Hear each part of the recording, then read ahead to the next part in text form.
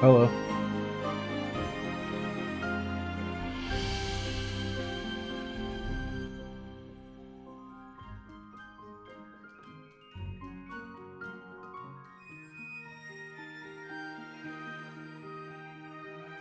Actual voices in this game? Can't have that. Is that too quiet for people?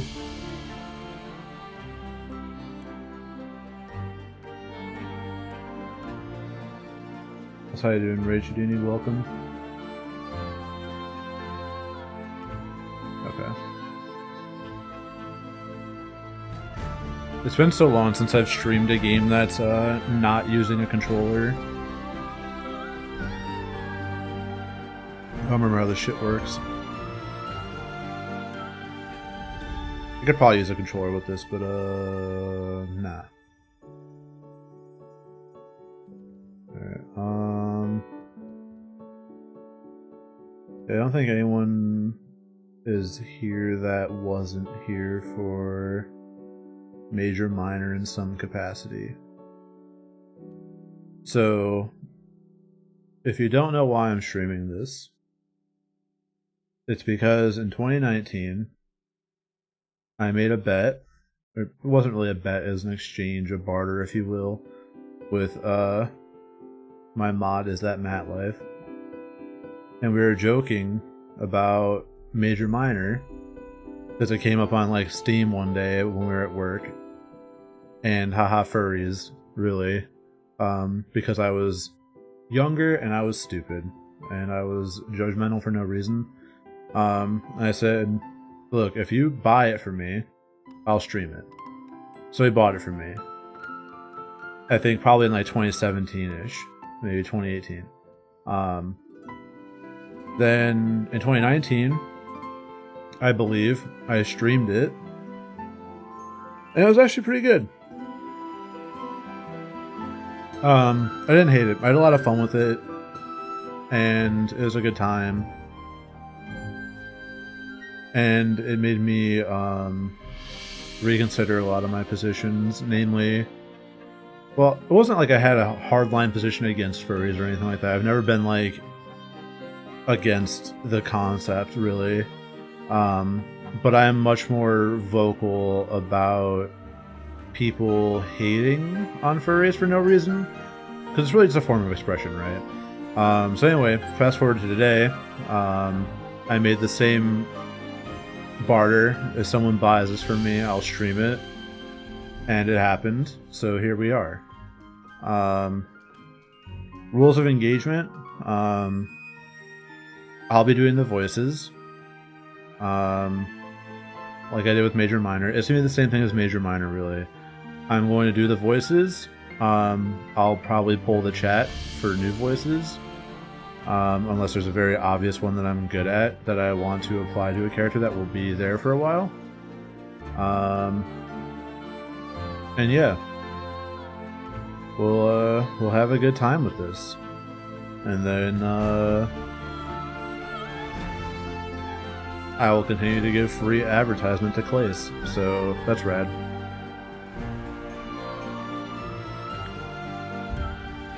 Anyway, let's get this on the road. Enjoy your adventure and choose wisely in the world of Alestia, where the spirits reign supreme. I don't know anything about this game, by the way. I'm going in as blind as I can. The rebellion is in shambles. Alright, I thought I turned down voices. Their leader, they are struggling. But this defeat was not without a victory of its own. For in his final moments, he secured an artifact of great importance. This blade was paramount to the Triumvirate's leadership of Alestia. And without it, their tyrannical grip on the people would surely falter. Having no choice, they give their Grand Inquisitor one simple order. Destroy the rebellion and retrieve the lost blade of the Triumvirate.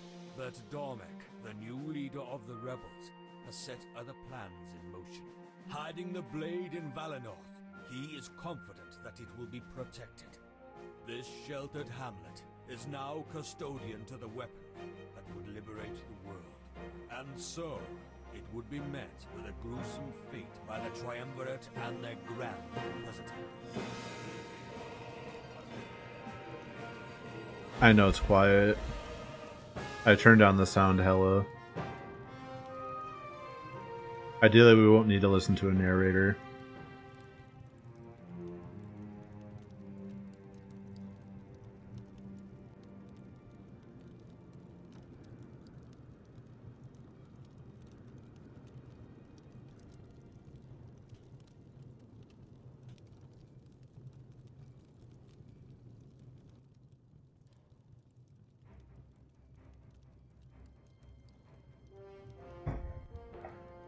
Alright, as always, I will be me.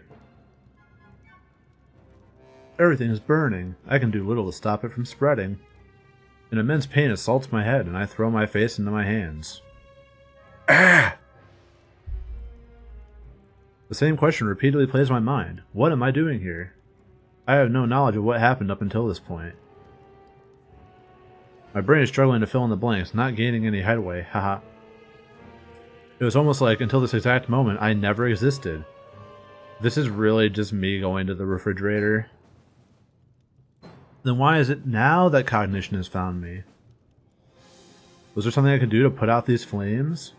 Or perhaps was I the cause of this inferno to begin with? A foolish thought, and one I throw away. If I was responsible, then I wouldn't feel this sense of dread. An emotion shared by those who stand beside me.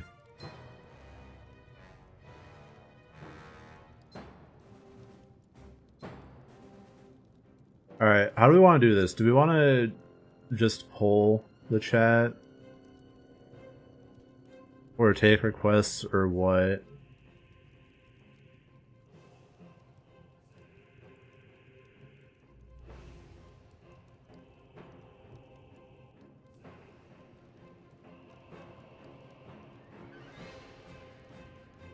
What was the question? How are we doing voices? Also, while we... Yep, that's the wrong one. Did not mean to grab that one. I need to grab this. And I need to move it up.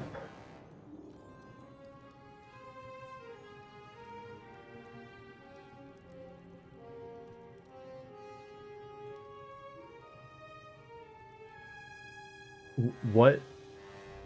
I don't know what voices to give to characters, as I just mentioned, and as I do every time. Do we want to vote, or do I just choose?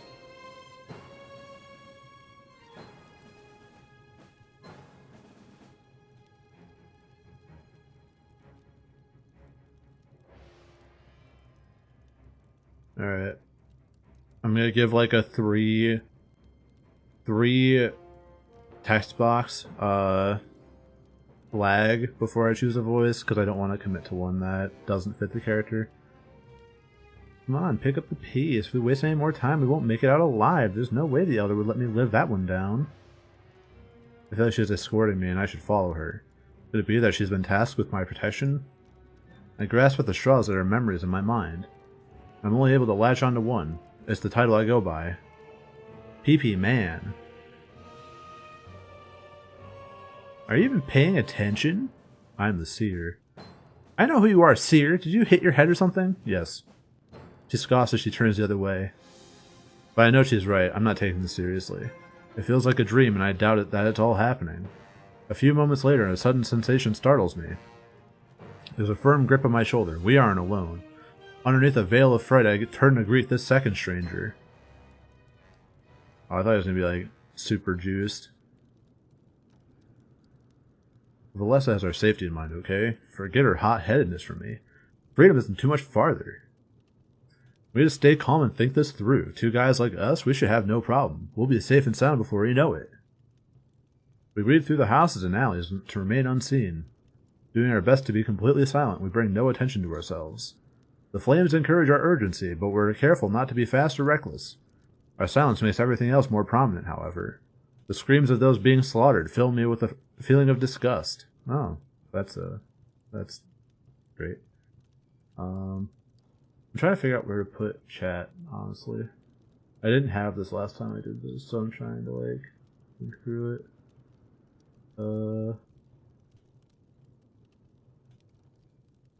Maybe just like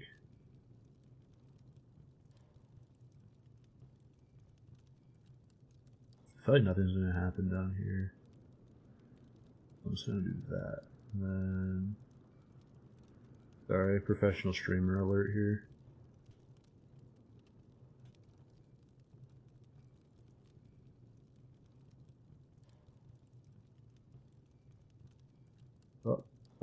Up, and it's gone.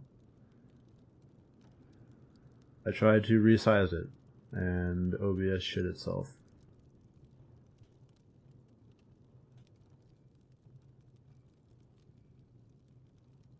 This is goofy. Why can I not just... Okay, good enough, whatever.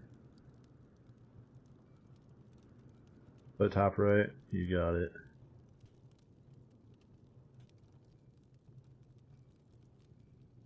I don't want to like block out the art is mainly the thing. No, I'll just leave it like that. Sure. Anyway. We need to find cover. Valletta points out a small alcove waiting nearby. Can't believe you stream with your bleached and I'm not streaming with mine. What, my bleached asshole? I'm not allowed to show that on stream, dude. Come on. That's how you doing, Blue. Hope the rest of Mega Man went well for you.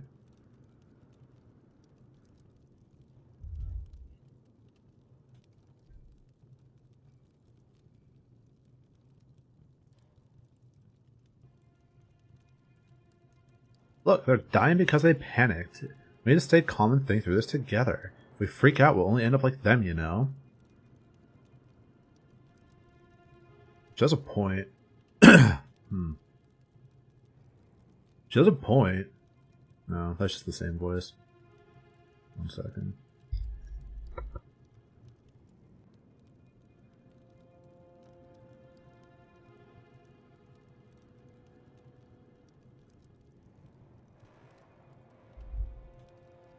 She has a point. Our first instinct was to run, but so was theirs. We should let them face the brunt of this attack.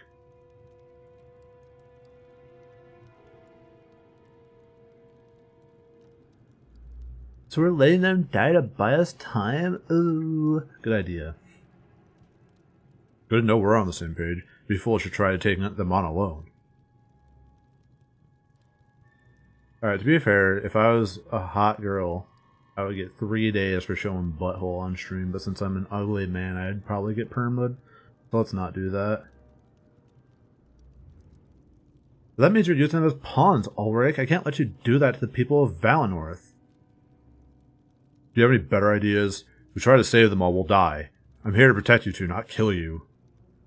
My suspicions are correct. Ulrich is the one protecting us. But why exactly are we a higher priority than the civilians? Because we're hot. I venture to guess that we're currently in this Valinor. The pain in my head pulses again, and I stumble back. As I let out a groan, Ulrich rushes over to my side. His exaggerated concern is now understandable. Anyone could be a hot girl at any point. It's just more acceptable in 2023. And by more acceptable, I mean depending on where you are in the United States, but ultimately it's always been a thing. Must be the smoke. Make sure to sit down. The lower you are right now, the better. Are you having trouble breathing? I shake my head and let him know that it's not the smoke. This causes Valletta to chime in, voicing her concerns as well. Yeah, something else is going on here. He's been acting strange for a while now. Is there something you need to tell us? Can't seem to remember anything. Does some debris fall on your head back there? I'm starting to side with Valletta on this one. Come on, time to gear you up. He steps away for a few moments and inspects the ground around him. There's a brief period where I can't see him, but he returns with a blade. The fire causes it to glisten, almost like it's begging me to take it. I don't care what's going on in that head of yours, but it's not more important than your survival. We're all overwhelmed, it's not just you. Your character just fart and not acknowledge it? Yeah, my head hurts too bad to worry about me farting, dude. Come on. He holds out the blade, expecting my compliance. At this rate, it seems like fighting may be inevitable. Take it. We won't be standing here forever. As soon as we leave this alcove, we'll be vulnerable. I can't take care of you all the time, you know. I can't fight. I have no training. And that's what I like to hear. I'll feel better if you have something to fight with. Valessa has her daggers, but you had nothing. Two protectors in another world where one has a sword and the other has daggers. Where have I seen this one before? I grabbed the blade and swing it a couple times, testing its weight. It seems good enough for me, and I wouldn't have any problems using it. Though it was a far cry from the massive blade that Ulrich carried. Now then, it's time to move. Seems like some of the noise has finally died down. We should start by investigating the town square. He walks off, expecting us to follow along. But as I'm about to take a step, Valessa grabs my arm. Holy shit, I can't fucking read. Why am I doing this? Anyway. The look on her face tells me something's wrong. What the fuck is the Schmiedmobile? Find out.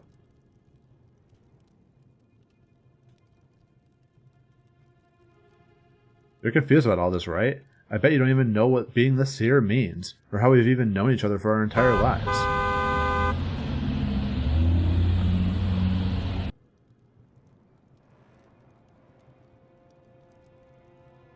That's the Schmiedmobile.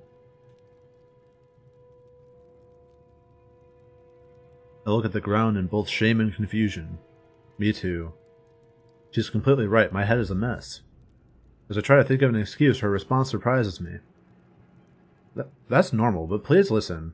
We only have a few moments before Ulrich notices we're not there. The seer is special. You wield spirits to induce prophetic visions. Damn, I'm the weed man? Pog. I love that. While you have these visions, you're unable to remember anything. When you wake up, you'll dismiss it as a dream and forget it ever happened. As your scribe, it's my job to help you take advantage of this. We have to follow Ulrich now, but know one thing. The way you're acting, I'm certain this is a vision. That means you can use it for information. She takes a few steps closer to me and grabs my hands. Staring right in my eyes, I notice a glimmer of hope shining within her. I'm relieved. This means Valinor is still fine. When you wake up, use this vision to save everyone. It's your duty as seer to ensure this doesn't become real. Let's go with my hands and follows after Ulrich. Though it's hard to believe what she said, I'm less confused. I finally had a reason for why I felt so disconnected. Because it's just not on fire? Why do I need a scribe if you can't remember what to write? Yeah, right? Like, I wake up and I'm like, ow, my head. And I'm like, alright. Yep. Head hurts. What am I supposed to do with this information? If this is a vision, then what would become of Ulrich and Valessa? Would all this carnage be undone as soon as I woke up? What if they died? Or what if I died in this vision? I follow after Valessa, realizing I might never know. But a faint sense of determination rises up within me. If there was a chance I could stop this, I had to do it. It's like Willy Wonka and the Chocolate Factory, and I'm not going to elaborate further.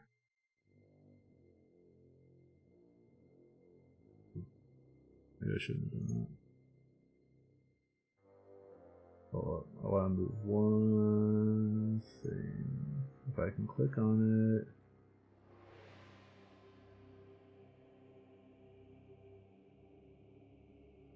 Yeah. There we go. Yeah, the art's pretty good. I mean, in Major and Minor, the art was good too. Like, that's kind of the crazy part about this. It's like, people are like, oh, ew, furry is gross. And it's like, man, act like the fucking art isn't tight. Act like fursuits are anything other than, like, tight as fuck. Do it. But they're weird. Bitch, you're weird. In the present day, the Triumvirate conspires with the Grand Inquisitor. For the events that led to Valinorth's destruction had yet to be set in motion. Valinorth's? Yeah, that's hard to say for me. Sovi knelt before his masters, more eager to serve than he had ever been before. Damn, Sovi? Sovi's here? From the drink, Sovi? Rise, Sovi, but please assure us of your certainty. We'd hate to act without knowing everything. The prisoner mentions Valinorth over and over. The rebels are hiding something of importance there. So along with recent events, we can only surmise one thing. The Blade of Exodus? I'm almost certain, but if that's where they've chosen to hide it, it means that our other target is also there. Your compliance pleases us, Sophie. Your plan was risky, but it worked out in the end. A final interrogation would influence our decision further. You would have me interrogate the prisoner once more? If I may be so bold, to what end do you request this? Not you, Sophie. We want your apprentice to do this. It is time for him to prove his worth. Their voices echoed loudly through their darkened chambers. It mattered not which triumvir spoke. Is that actually a word? Is that actually the singular of triumvirate? Triumvirate? The triumvir spoke? For they were all of one mind. This is why reading is cool. You learn new words. With a clear irritation in his voice, Sophie did his best to stay calm. My apprentice? I've told you many times I want to work alone. It would be more efficient for me to do this myself. Insubordination? This is unbecoming of you, Sophie. We demand that you obey. I think it's a proper noun in this universe, but I don't know, triumvir is a thing, right? Yeah, that's what I'm saying. It's real. The role of Grand Inquisitor can be very dangerous. If we were to lose you, a replacement would be necessary. You must train this replacement while you still breathe. As you command. Sophie turned his back to the triumvirate and spotted his apprentice. He was standing by the door, listening to their conversation. If he'd heard of Sophie's distaste for him, he'd showed no concern. That's not who I expected to be his, apprentice. Interrogation, And what would you have me extract? I thought the prisoner was at his wit's end. Anything to confirm our suspicions about Valinor. If you fail, I will not hesitate to punish you. Remember what we're on the verge of. I understand, Master. I'll do my best to get what you need. What are the limits when it comes to my approach? Keep him alive, Hallen. I find that psychological pain is the most valid approach. He cares more for his rebel allies than he does for himself. Then I will threaten the rebellion's very core. I'm grateful to have this opportunity, Master. Things are starting to line up well for me. They tend to do that when you have the Triumvirate's blessing. We should take care of this immediately and catch them unprepared. Every moment we waste is a moment they gain, Hallen. They leave the room together, talking amongst themselves. The Triumvirate waits until they're gone before speaking. A faint smile on their faces as age-old plans come to fruition. So it's finally going to happen, is it? What we've been waiting for all these years? Do you think we should tell Sophie our true plan? No.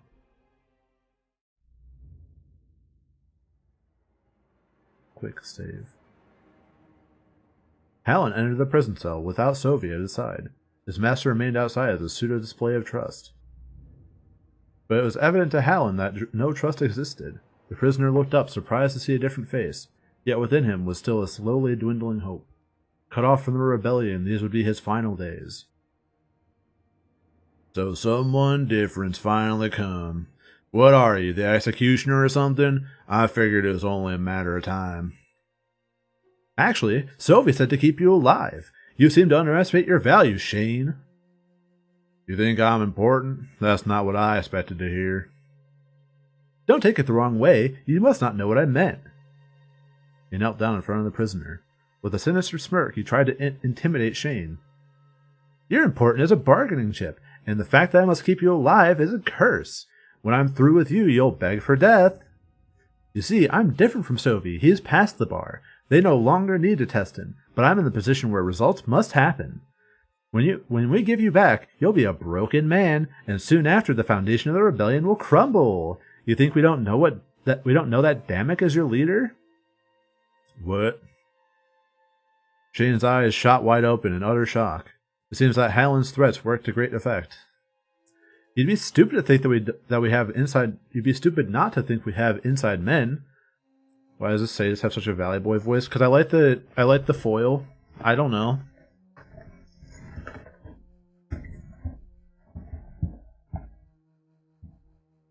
He seems like he'd be like hyped up to do his job, you know? I could order Damak's execution in a matter of seconds. You don't value your life, but you value his. Good, now I expect you to answer my questions. The Blade of Exodus, is it in Valinor Village? And the one who can wield it, do they live there as well?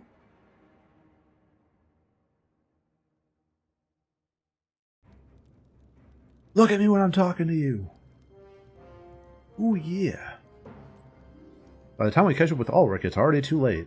His large blade is in deadlock with one of the enemy soldiers. Valessa draws her daggers, and I hold out my sword, ready. We order you to cease your resistance. Those who support the rebellion must perish. To break the deadlock, Ulrich kicks his opponent in the gut. Ooh! They stumble back and ready their blade with a flourish. It isn't much longer until they charge toward him again. Like Timothy Chalamet. I don't know.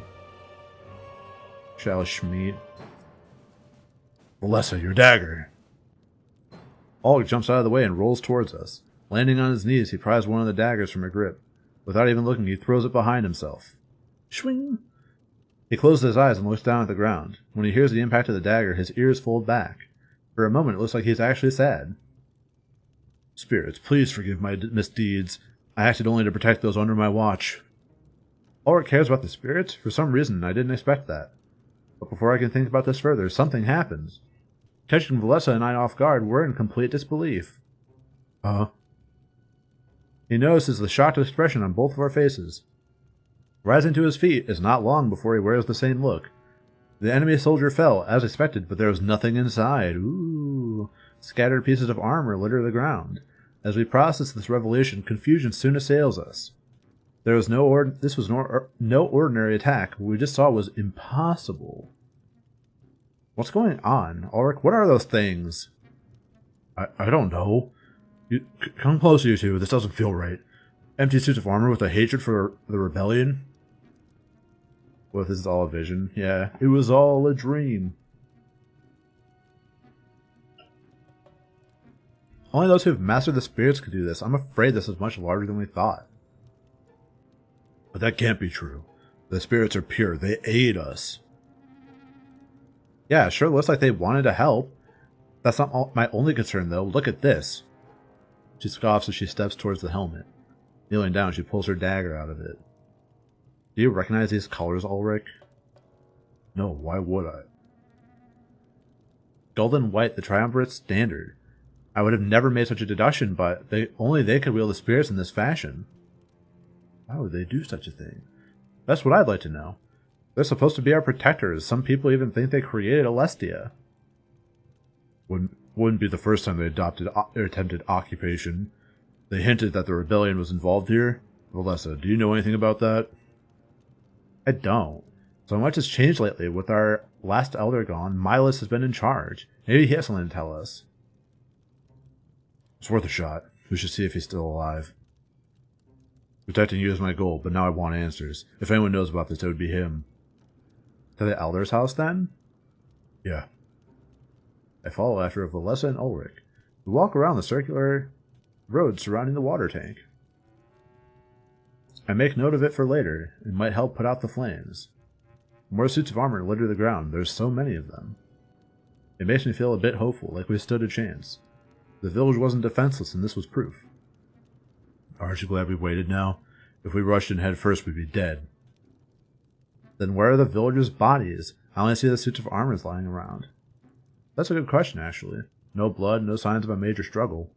Only the fire and the glistening of white armor. That's a good sign. And they won and fled to safety. Are there any havens in Valinor? I'd say the Elder's house and the Grand Tree. The fire may not have reached either yet. Wait, how many people can fit in the Grand Tree? Hundreds, easily. Not as good as the sign I thought. Then we could be trying to round everyone up, put them all in one place before killing them. That's dirty. But it works. We still don't know what they're after. It can't be genocide, it must be something else. Does Valinor have anything the Triumvirate would want? Did the change in leadership bring anything with it? Like I said, we'd have to talk to Milas, but I doubt he'd be at the Grand Tree. They look at each other and then look at me. I could tell that Valessa was pushing us towards Milas. But that's because she knew this was a vision. But what if there are people in the Grand Tree? If Miles is more important than all of them, it would be cold to let everyone die. Ulrich, this is larger than Valinor, especially if it involves the rebellion. Information can save entire villages. I don't like what you're suggesting. Suggesting. God.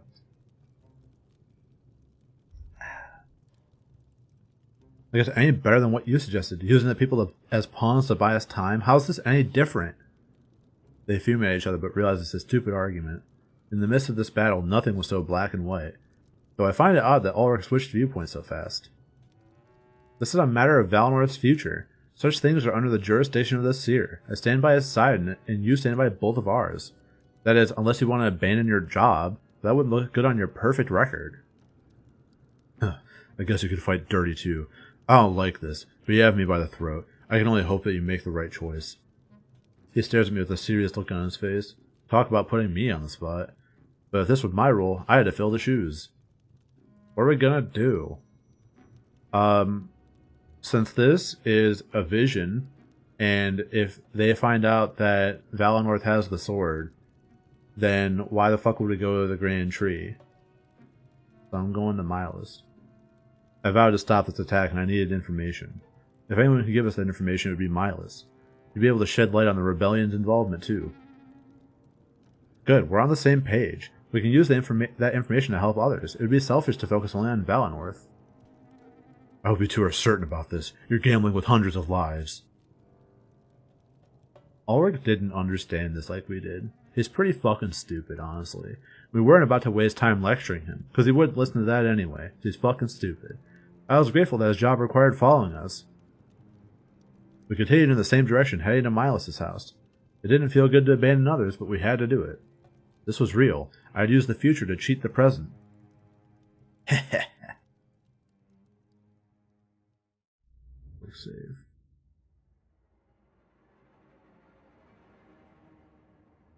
In the present day, Damek found himself lost in thought. Using the tunnels under Museo for solitude, he found peace. There was much to plan, but for once they had the upper hand.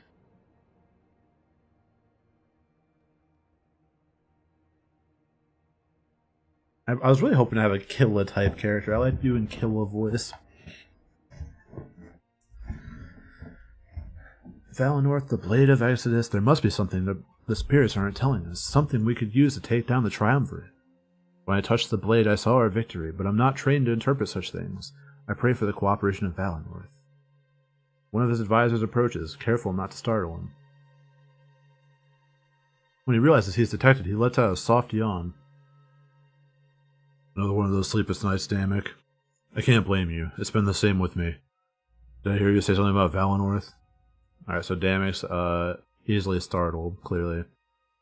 Yeah, I was thinking out loud. In Valinor, there's a person who can peer into the future. That's why I had Probe bring the blade there last week. I'm aware of their culture, but they're seers of spirits, not a blade. You think it'll be that easy? Worth a gamble, isn't it? It's not my place to wield knowledge of the future, but the seers are experts, conditioned from birth. Pro sent word that the current seer is male. His investigation is progressing slower than I'd like. We need to pick up the pace, and fast. You had a scammer join your game? What game? Genshin Honky Impact? Honkai Star Rail, sorry. I want to message you in Discord. Don't waste your time. Ask your mom to download it. Sorry, I'm on a dial-up, and my mom said that I'm not allowed to download programs. How does students wield the knowledge of the future since they can't remember it? I think the vision is induced by the seer, and it's shared by the people around them. So the scribe takes note, and then once they come out of the vision, then they have the notes from the scribe. So you have to have a scribe and a seer like side by side, and then they're able to get that information. But the seer probably just loses it immediately.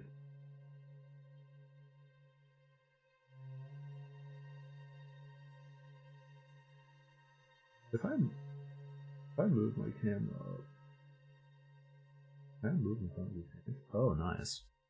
Now we're working in 3 dimensions.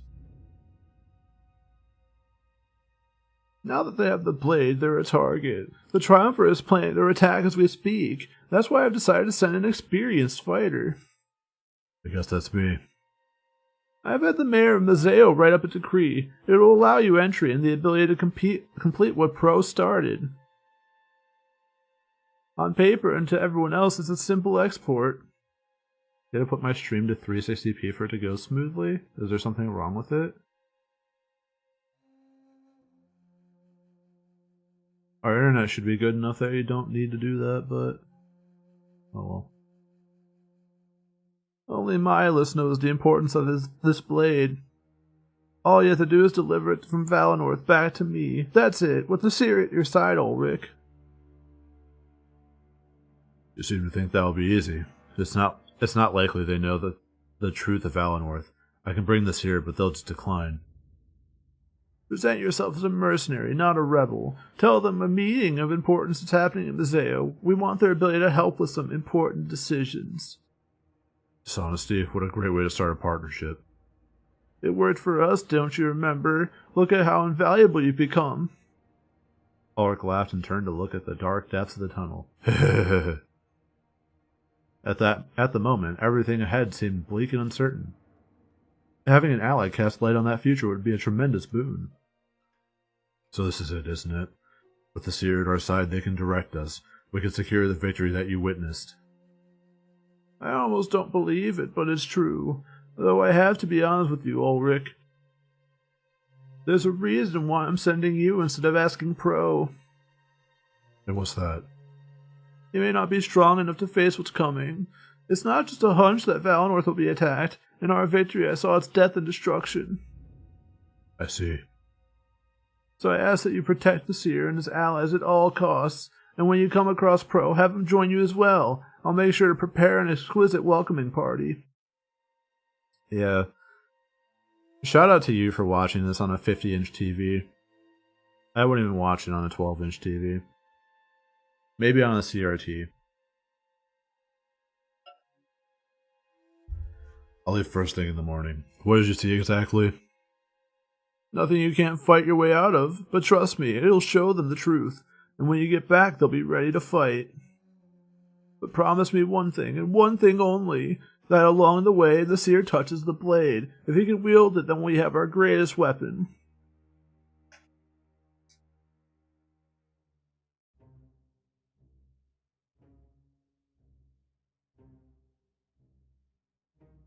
We enter Milos' house and immediately spread out. After a few moments, it's evident that nobody is here. Ulrich sighs, but Ballista isn't ready to give up. I don't know what you expected. You think the Elder would just stay here? I assume he's at the Grand Tree as well. No, there has to be something here. It's not him, but his books as well. He must have had some kind of record. Record of what exactly? Ulrich, the Triumvirate is burning down Valenorth. They seem to think we're caught up with the rebels. Thinking the Elder is clueless? That's stupid. She walks over to the large window and looks outside. We're all relieved that the flames haven't reached us yet. Looking through some papers, she whispers to herself. Come on, Milas, give us something. You're smarter than this, I know it. Shipping manifest, anything. With a renewed determination, Ulrich examines a large table. He shuffles papers aside and flips through the books. It's almost like he's in a rush to find something first. None of this is helping, Valessa. It's everything you'd expect to find. No, there has to be something here. Come on, Seer, give us a hand. No. Ooh. Exploration tutorial. Clicking on this icon, any map will open the tutorial once more. And freely move the cursor on the screen. It will change when you hover over an interactable object. Clicking on these objects will interact with them. Click the icons of your comrades to initiate a conversation with them. These icons show how many books are in the area and how many you found. When applicable, takes you to the world map. Opens the save menu. Some locales are okay. Got it. It's optional, but highly recommended that you talk to your comrades. No.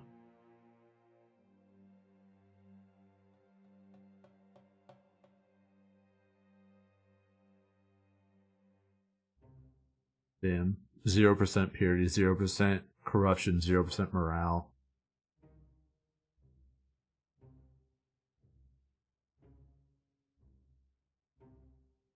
Alright, holy shit, why is this lagging?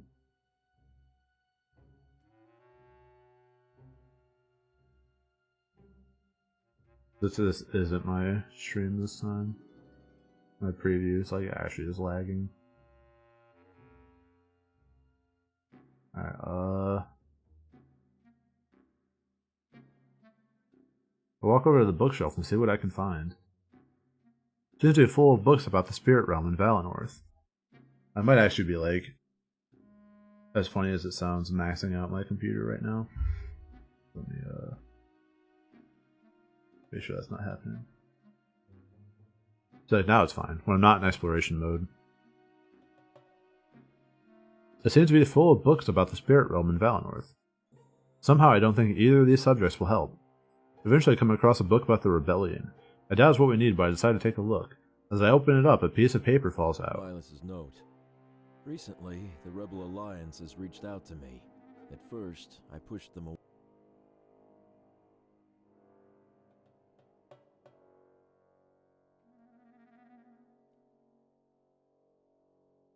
I want to read it myself, man. What the hell?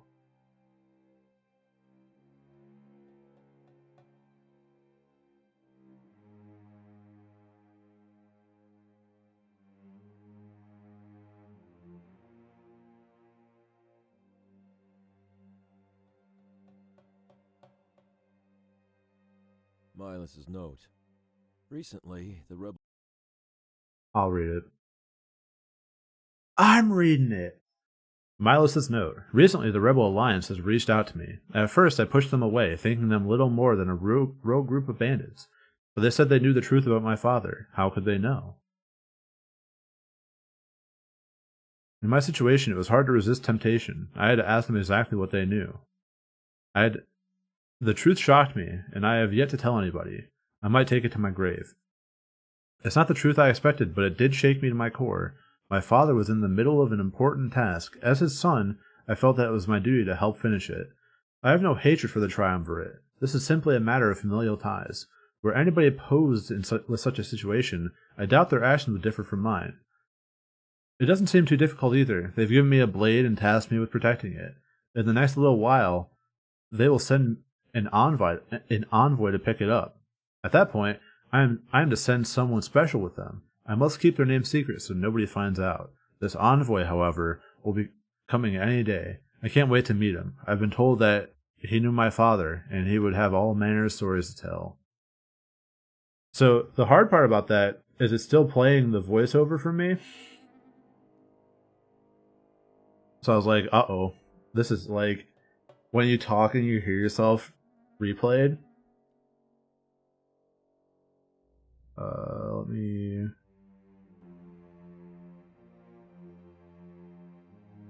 There's some music here. No, I'm trying. I'm going to continue exploring. I crawl under the table. It's full of useless trinkets. Whatever we were looking for, I doubt it's down here. Hey, it isn't playtime. Get out from under there. How about you join me, coward? I'm going to pretend I didn't hear that. If you pass for authority around here, we're all dead. I get out from under the table after Ulrich's verbal lashing. He might have disagreed, but we had to search everywhere we could. Yeah, tough titties, brother. I walk over to Valessa and stand beside her. She's hard at work reading papers and pushing books aside. I've never seen someone quite so determined. Hey, have you had any luck yet? No, not yet. Same, it's getting a bit discouraging. I'm thinking it would be something written. Have you checked all the tables and bookshelves? I nod and turn back to the rest of the room. I guess I should help out instead of watching them. She was certain we'd find something, and I trusted her.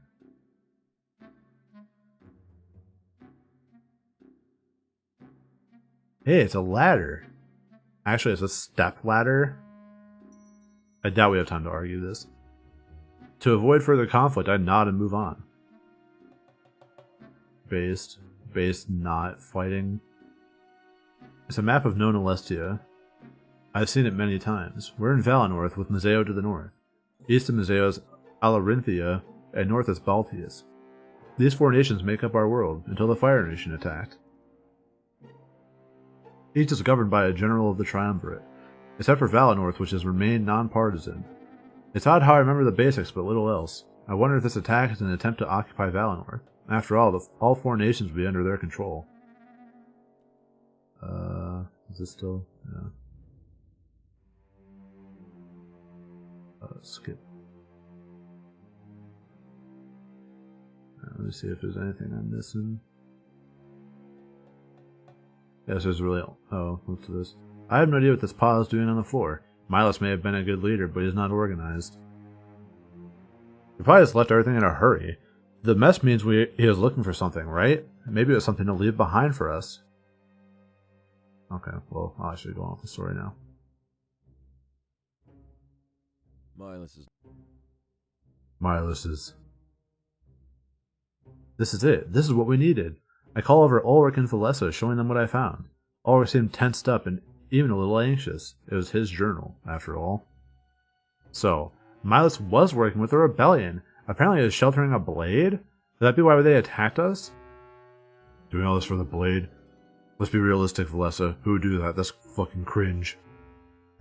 It must have been very important. I'm assuming Milos took it with him. I don't see any blades lying around here. But about this envoy he mentioned, and the supposed special person? Ulrich, why did you lie to us? You ate a full big bag of Takis before this? Bro, why? I can't even eat like a Taki without just feeling shitty for the rest of the day. I don't know how you can do it.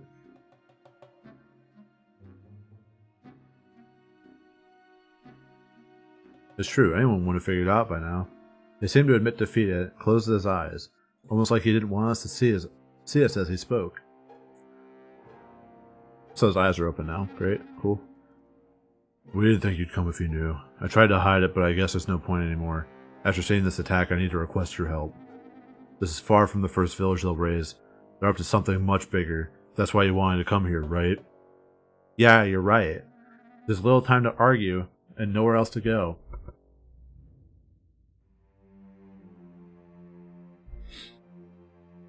Excuse me.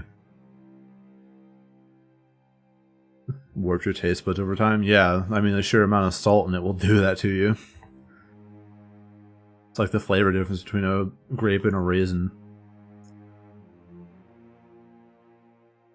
It looks like you got what you needed, Ulrich. Let's head back to the Grand Tree. There might still be time. We all nodded, acknowledging an unspoken truth. Ulrich didn't care about those in the Grand Tree. He only knew that coming here would blow his cover. But I know that this information would be a huge advantage. We had a probable cause for their attack and knew Milos' secret. We head back to the town square instilled with hope. Except for Ulrich, he's kind of just mad.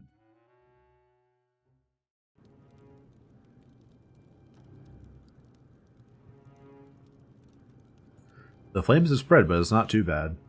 I need to make sure I don't inhale too much smoke. As we take slow, cautious steps, my mind is conflicted. There's one thing I can't seem to get off my mind. This blade, or whatever, was it worth all of this? Destroying an entire culture over something so simple?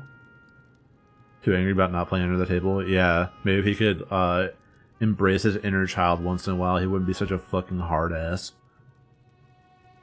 Sorry, I can't see all that well. You two will have to lead the way. I'm not as familiar with the surroundings. We crouch and make our way through Valinor. I have a rising urge to cough, but I try and hold it back. We wouldn't want to make it this far and get caught. The water tank is cracking and leaking its contents. Water. A small stream trickles down through the village. It's water. This would be our best tool to hinder the flames. Water. This isn't right. Not at all. Where is everyone, Ulrich? There's not a single body. Like I said, they could be at the Grand Tree. It's isolated and far away from here. I'm willing to bet the flames won't reach it. Doesn't make any sense, though. Think about it for a second. In that alcove, we heard screams. The people of Valinor were dying, not only burning but getting attacked. There should be bodies all over the place. She was right, and it bothered me as well. The current scene didn't match what we heard. Was it possible for visions to warp this way? What are you suggesting, Valessa? Do you think they stole the bodies? If they did, there'd be blood. There's nothing, not even a trace. It doesn't make any sense, Ulrich. Let's say you're right, for argument's sake. Why is it more important than going to the Grand Tree? Talking about it only seems to be wasting time. There might not be anybody at the Grand Tree. I don't think we know what we're up against. We should cut our losses and run, Ulrich. You need to make up your mind, Valessa. Running back and forth will get us all killed. Are we going to the Grand Tree or not? It's true, she was changing her mind far too fast. At the moment, she seems to value our survival. Could she be starting to doubt that this is a vision? All I had to go on was her word. I only believed her because it made sense at the time. How can I gather information if we leave Valinor? If we want to leave, we're going to Peregrino. San Pellegrino. It'd be the first place for survivors to flee. If Milas is there, he can tell us about this attack. It's a good enough plan of action, and we nod to one another. But as we continue to move, everything changes. A laugh from atop the water tank, almost maniacal. Such loyalty to the man who condemned you all! If you want to know where Milas is, I'd love to show you. I can even reunite you with the rest of the villagers. We stop in our tracks and look up at the water tank. A silhouette of a man stands there, gripping a large blade. It's white and gold, with majesty embellished by the flames. It reminds me of the suits of armor we fought earlier. I have no doubt that there was some sort of relation. We must be looking at the man responsible for this. He jumps down from the water tank and lands with a roll. I take a few steps back, ensuring that Ulrich remains in the front. If his job was protection, now is the time to shine through. What a pitiful little village.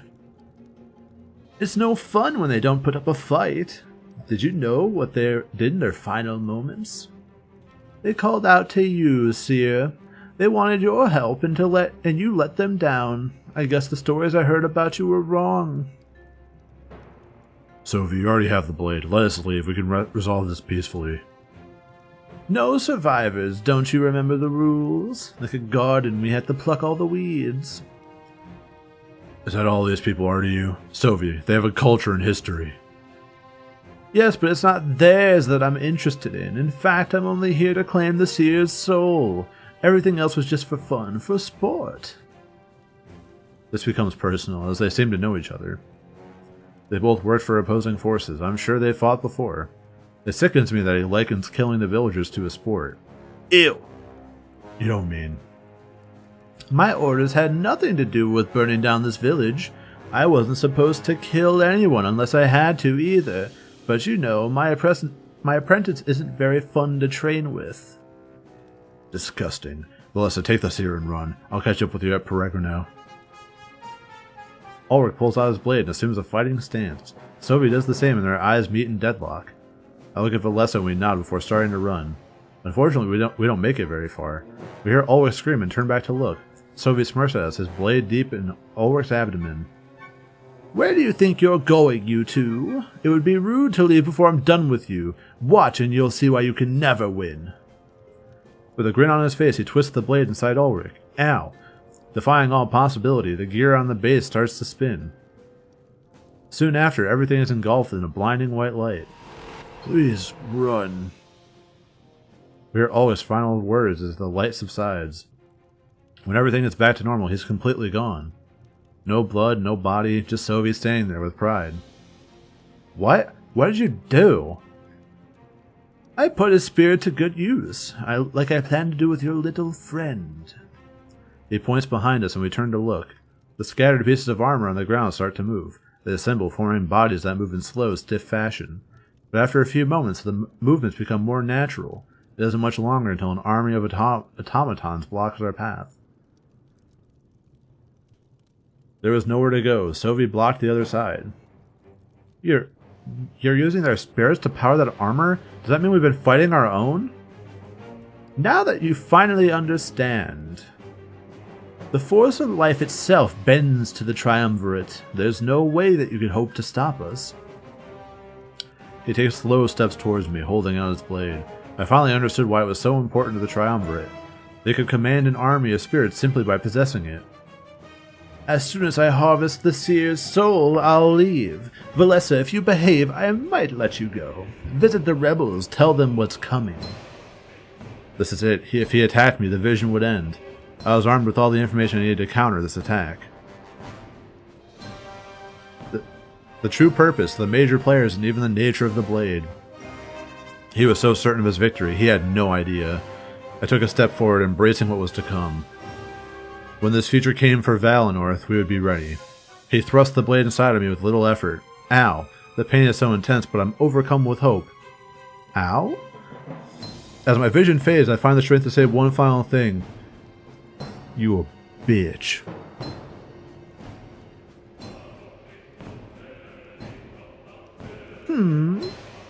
It's over, Sovi. You've already lost.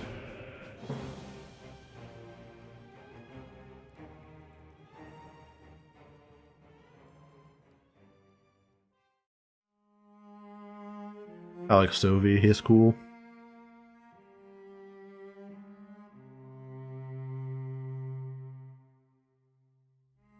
My eyes shoot open and I instinctively clutch my gut.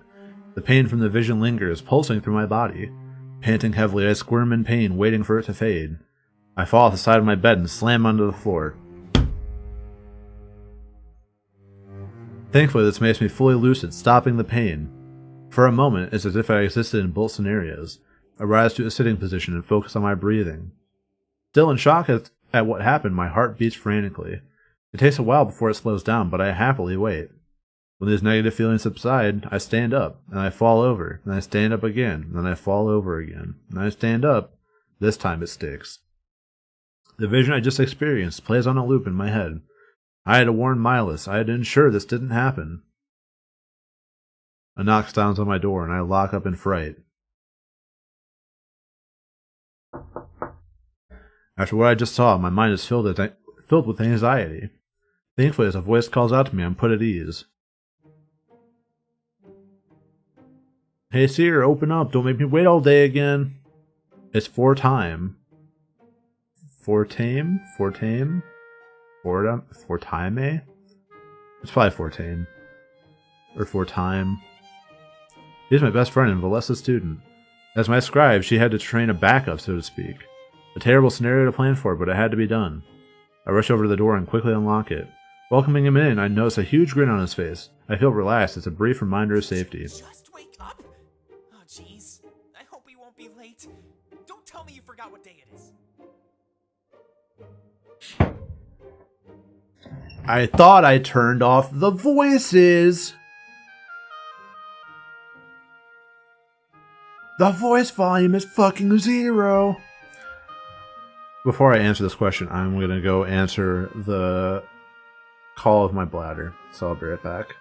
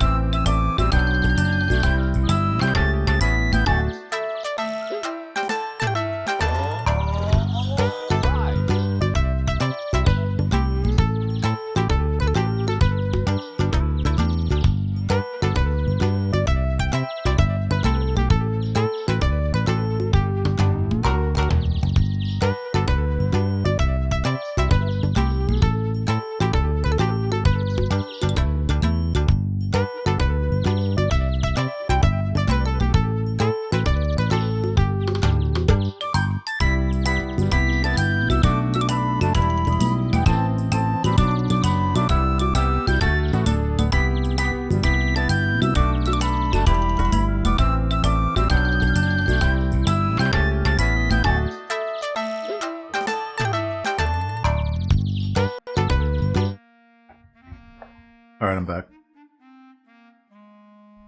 Hello, Mr. The World. How are you doing tonight?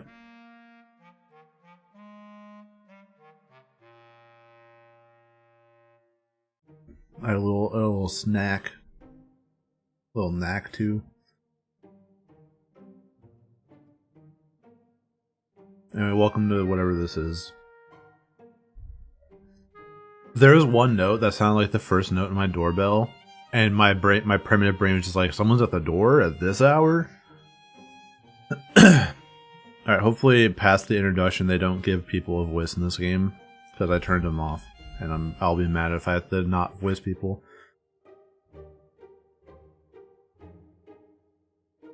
Pick the flirty option. You really want me to hit on Fortame? Really? The one who I was about to give the Killa voice to? Okay. Did you just wake up? Oh jeez, I hope you won't be late. Don't tell me you forgot what day it is. You're here, so is it Cute Guy Day? Stop that. You're saying weird stuff again. I should be the one flattering you. It's your day. Something like this only happens once a generation. Alright, I wanna be clear. Voice volume down.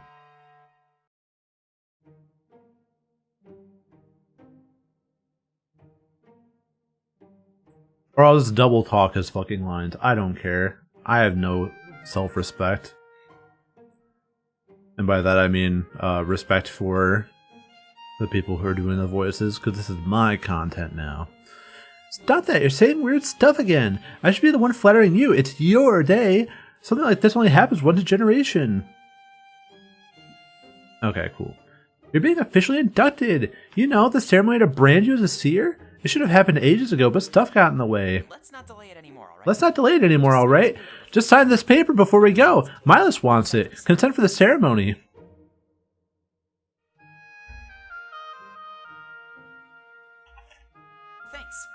Thanks, Pants. This is exactly what he'll need. Put on something fancy. I'll wait outside. I reach out and try to stop him, but he's already gone. It's for the better, though, as they mustn't know what I saw. The only people authorized to know are Milas and Valessa. I walk over to my wardrobe to look for an outfit. As Fontaine pointed out, I'm still in my small clothes. My underwear? My little skivvies, bro? If it was a big day, I guess I'd have to dress the part.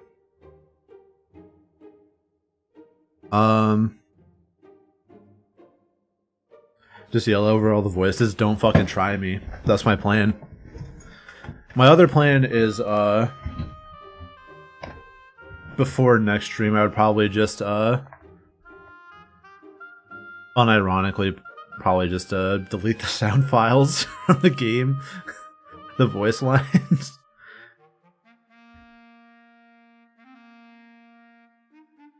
Alright, I'm gonna go, beautiful dress, doy. Yes, that should be a fine choice. It's like, why am I gonna play a video game if I'm just gonna do what I do in real life anyway? I slip into the dress and turn back to my room. I take in everything at once. It's a huge mess.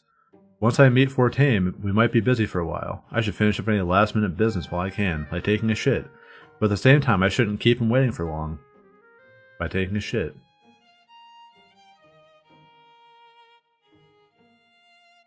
My cooking space is so messy, it's embarrassing. I'm glad Fortame didn't stay and visit. It would have been lecture after lecture.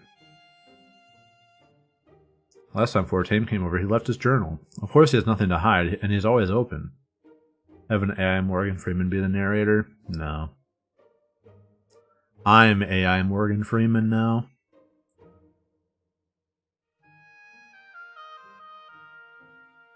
I often benefit from his writings. He's smarter than he lets on. On scribes and visions. Bruh. The scribe of Stop. The Scribe of Valenworth is a very important position and one not to be taken lightly. Tasked with hearing and interpreting the visions of the Seer Osiris, they bear a large mental burden. The spirits have their own language, and many visions are cryptic in nature.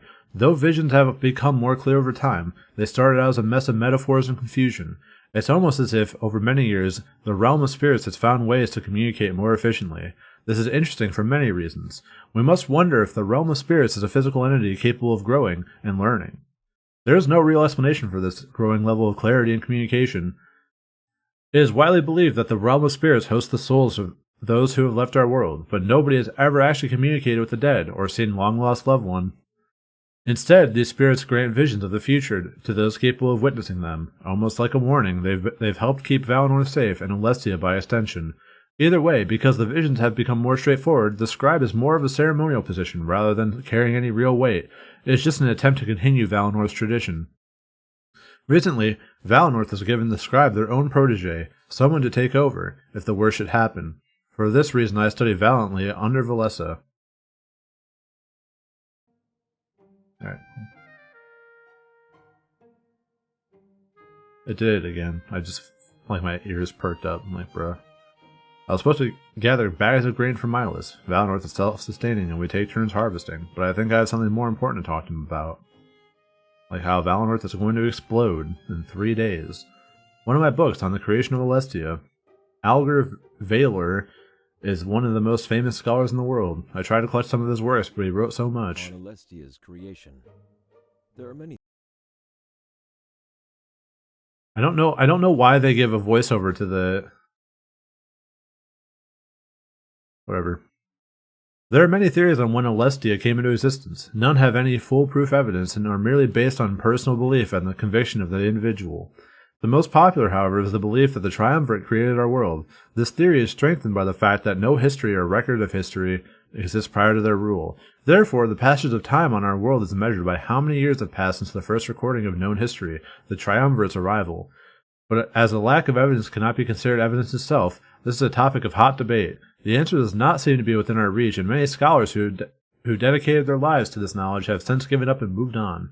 As everyone on Alestia lives in relative peace, these pursuits are considered a waste of time. If the Triumvirate truly did create our world, then we must thank them, for they are very generous and righteous gods. Perhaps one day, though, we'll know the truth. For the record, I read faster than the fucking, voiceover. It's a book on the true reach of spirits, a very divisive topic and one that's always debated. It is a widely held belief that plant life is a container for spiritual energy. Because this energy is so pure, residents of forested areas tend to lead a happier and more fulfilling life. While many are frightened at the ability for the spirits to influence our mood, they have yet to do so in a negative fashion. To this end, many people actively seek out homes in areas surrounded by nature and this positive energy. Whether negative or positive, being influenced with unknown intent is concerning to many people. It seems to be tolerated simply because the power helps in a beneficial way. What if the realm of spirits were to lash out and make us aggressive or worse? What if they are conditioning our minds to slowly bend to their will? At that point, they could make us do any matter of bidding. This is the thought that also keeps many away from such areas of Alestia, but as there are numerous large cities, finding a home that suits your belief is far from impossible. Many ask the Triumvirate to speak on this, but they remain ever silent on the matter. Is it possible that not even our rulers know the true nature of the spirits in their reach? Probably. Alright. Sorry for muting the actual background music. What game said, funny voice, despite, no voice. Alright. I'm gonna try, go here, yes. Oh, that just quit the entire game.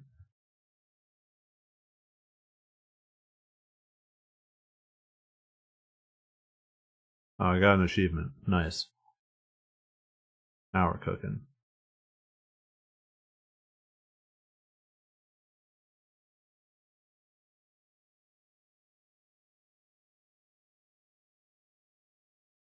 Oh, does this game have cards too?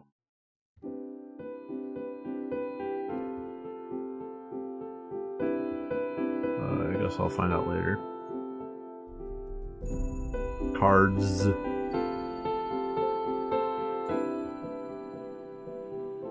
Preferences saved. Cool. Load. Good.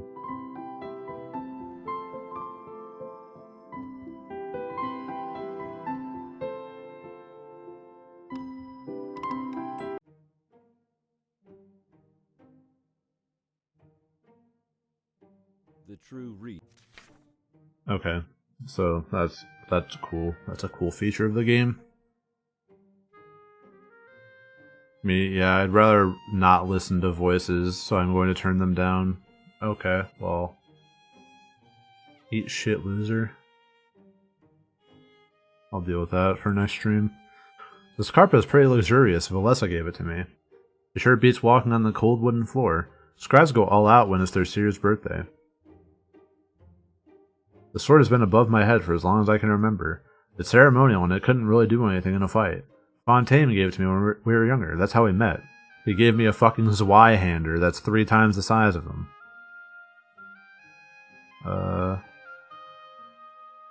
This character is not in my party. Cool. The town was so peaceful and so quiet. It's a far cry from the way I saw it last night. Hopefully the vision was far off and not impending.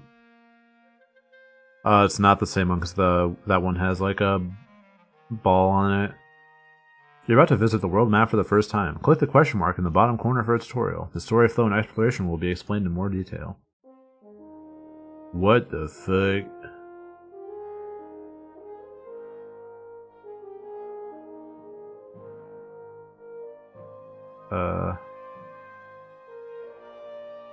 Can't visit.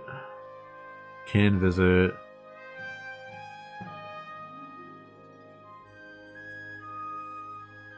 Have visited and can return. Okay. Sure. Yeah, this is definitely Elden Rick. When I exit my house, I feel a wave of heat overtake me. The sun pierces through the canopy of Valenworth with fierce intensity. Some of the residents use makeshift fans, looking utterly exhausted. Fontaine, however, stands there unaffected with a huge smile on his face. Wow, I didn't expect you to look that fancy. Nice dress, you're really pulling it off.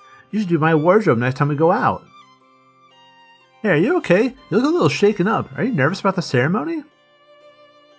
Oh, I see. Perhaps we should find Valessa first. It must have been bad if you're acting like this. But hold on, just remember the basics. Visions are never foolproof. They're always full of errors. It's like looking at a painting. It's up to interpretation. Everyone who looks at it would walk away with something different. Not that I have visions, I'm just trying to help. Valessa will make sense of everything you saw, I know it. Sometimes visions make mountains out of mud piles. Fontaine is worse than you think. Well, really? Scare me half to death, why don't you? Let's put everything on hold and get Valessa. We're supposed to meet her in the town square, Pants, but if this is as bad as you say, you better tell me too. Not as a scribe in training, but as a friend. Got it? You're more than a friend to me. Damn. Like, I thought the romance options were going to be, like, subtle. Like, oh, if you say something that this person likes, cool. But no, it's just like, please fuck me. Please have sex with me right here. Kind of based.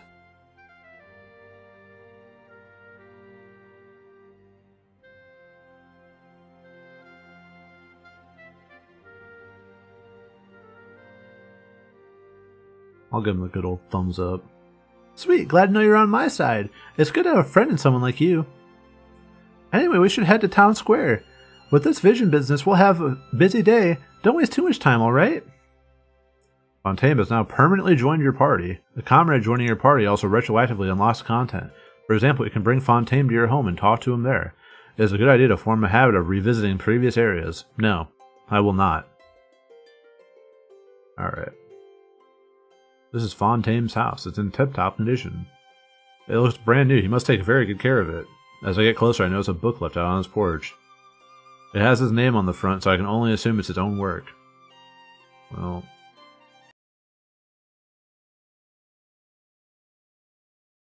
A vision from the spirits is apparently more like a painting. When a vision is over, a seer or seeress can often vividly recall the bigger picture, while smaller elements are lost in translation. For example, if the vision was about the death of a villager,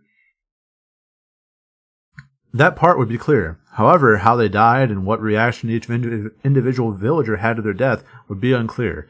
Instead of knowing this information, it's more like a gut feeling or a single interpretation of the events. In some cases, it's as if the spirits send us a single picture of an event, and the seer or seeress goes on to act it out in a dream in whatever way they can make sense of it.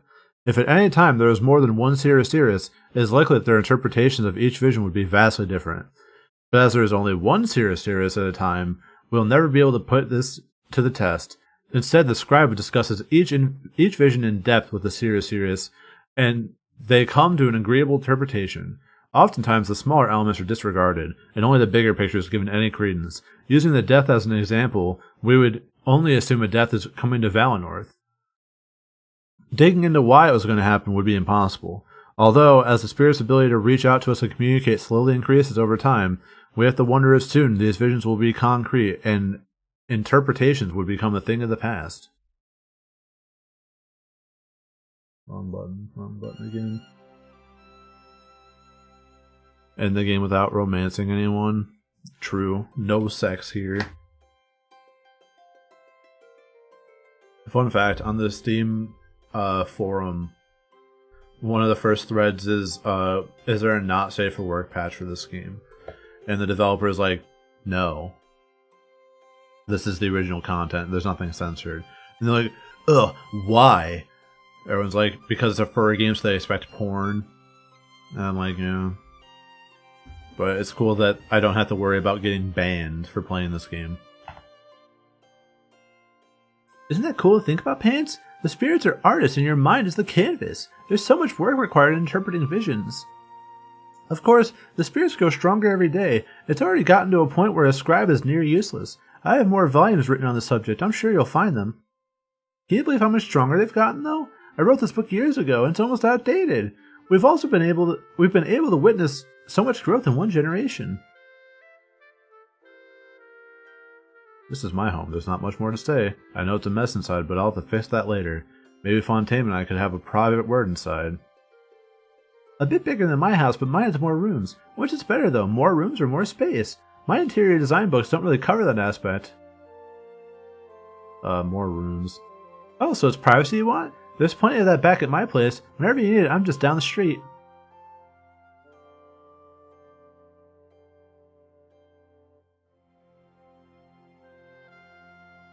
I must be blessed with peaceful neighbors. I've never heard a single peep come from next door. Fontaine is loud, but thankfully he lives across the street. With him next door, I'll probably die of sleep deprivation. Oh, are you thinking about me? I saw the way you looked at me just now. Give it to me straight. What's going on? I was thinking about how much fun you must be. Yeah, these two need to just get it out of their systems. I guess you can say that, yeah. Being a scribe in training is pretty hard work. It's fun to unwind after everything's said and done. He laughs and turns away from me. There's a hint of a blush on his face, but he covers it up. He's quite reckless in his youth, but isn't almost everyone? No, I didn't leave the house in my youth. I lived a sheltered life, both voluntarily and involuntarily.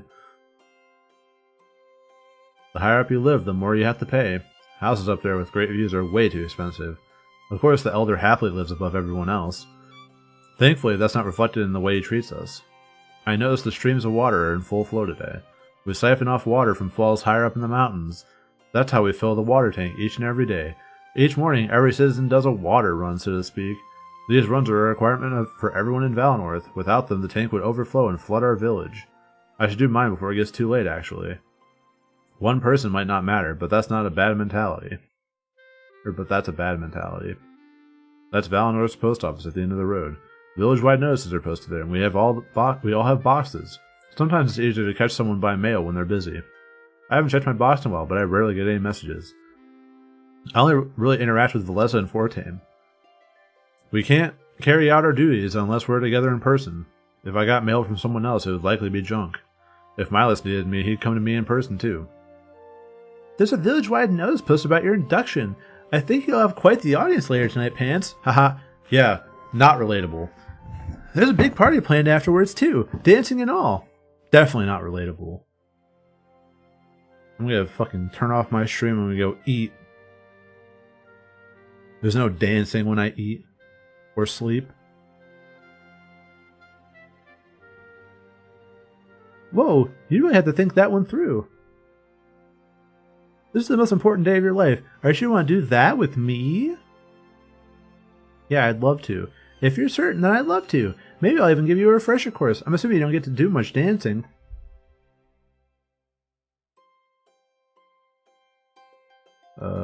So is there anything I need to look at for here?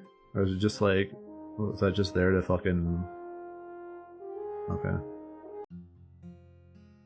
The town square is a serene and beautiful place, like usual. A far cry from how I saw it in last night's vision.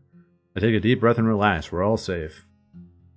Hey, Pants, nice to see you again. I was starting to worry you might be late. Thankfully, we still have time to spare. She runs up to me and gives me a tight hug. I glance over at Fortame and he appears embarrassed. Oh my, is this a hint of romance I see? And in public too? People start to talk. Shut it, Fortame, no one asked you. I was just excited to see Pants. Remember how special today is? So what if there's something between us? Well, I was just joking around. If you're serious, then I'm kind of jealous. But I guess there's more important matters at hand. Sorry for getting sidetracked. I'm all over the place. Do your thing. I'll be waiting over there by the tank. Yeah. Horny playthrough. He runs off to the water tank and rests against it. He's definitely out of earshot, so I could talk to Valessa. We need to meet up with Milas so they could hear about my vision. I swear, Fontaine can be so insufferable. Be glad you don't work with him as much as I do. He keeps things interesting, to say the least. Actually, I kind of have a thing for him. Well, if I say that, then she's not going to want to bang me. Hey, don't be so harsh on the guy. Hey, I'm just joking around. We're best friends. We're supposed to poke fun. Either way, something about this doesn't add up to me. Fontaine would never willingly walk away from us. He'd only do that if he's not allowed to listen in. So correct me if I'm wrong, but you had a vision, didn't you? Oh, really? I knew something was off. He seemed different. I don't want to bring it up, but now I know why. I have to do my fucking job.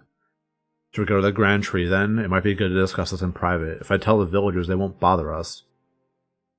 And we need to get to Milas and fast.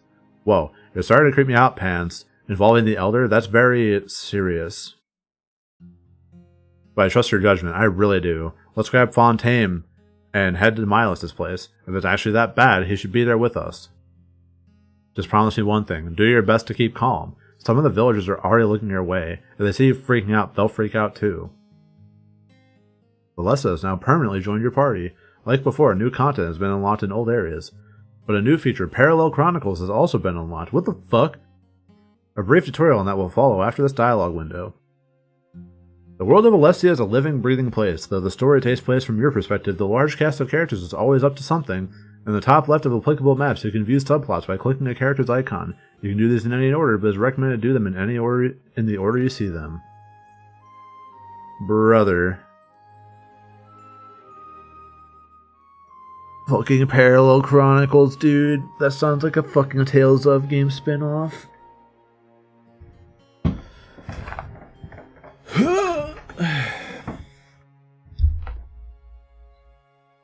Alright. Sure. I guess I could take a vote if we do the Parallel Chronicles or not.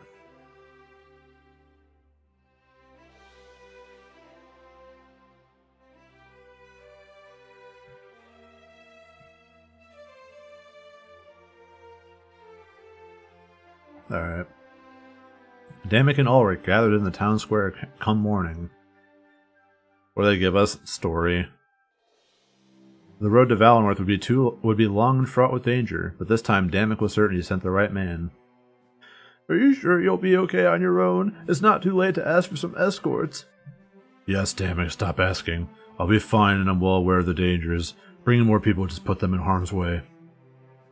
Well, forgive me for carrying. I just wanted to make sure you're comfortable. If the attack is imminent, you'll have to rush. I expect it'll take me under a day. I'll arrive in the dead of night or maybe early morning. Seeking out Pants will be the first thing I do. Fantastic. The things will go perfectly. Make sure you give the rest of the town a heads up. You can all evacuate together. You'll blend right in. But remember, you'll need to stop by Milas's and grab the blade. Otherwise, the Triumvirate will seize it when they attack. If I'm honest, I don't think we'll stand a chance without it. I can't believe they're attacking Valenworth. The occupation of Lizeo is still so fresh. Thankfully, they haven't found us yet. Right under their noses, just as we should be. I'm going to meet with the mayor after this, actually. I'll see about fully claiming those underground tunnels. Whatever they were digging for, they've stopped. I think it would make a fine base of operations. Getting the deed shouldn't be too difficult. Wait, you mean we'll have a new home? No more sleeping on a hard tavern floor? Never again. It's time we get established. I'll have some large shoes to fill as the general, proper noun. The first step is finding us a fitting home. Good, I'm glad to hear it. But one last thing before I go. Is it true what I've heard about Milas? Absolutely, so be kind to him. He'll be a valuable ally in the coming days. Best of luck on your vacation, Ulrich. Trust me, I wish that's what it was. But I'll try retrieving pants in the blade as soon as possible. Good luck with the mare, I think you'll need it. But coming back to a home with an actual battle plan is starting to feel like our cause has some real weight to it. I feel bad for doubting you, Damek. You're doing a great job. Is Ulrich sussy? I think so. I like Sovi, so I'm going to view his. Sovi entered the chambers of the Triumvirate unprompted, for Halland had extracted the information they desired. They raised their hoods and turned to him, scoffing, a hint of aggression on their quickly concealed faces. Sovi, what is the meaning of this intrusion?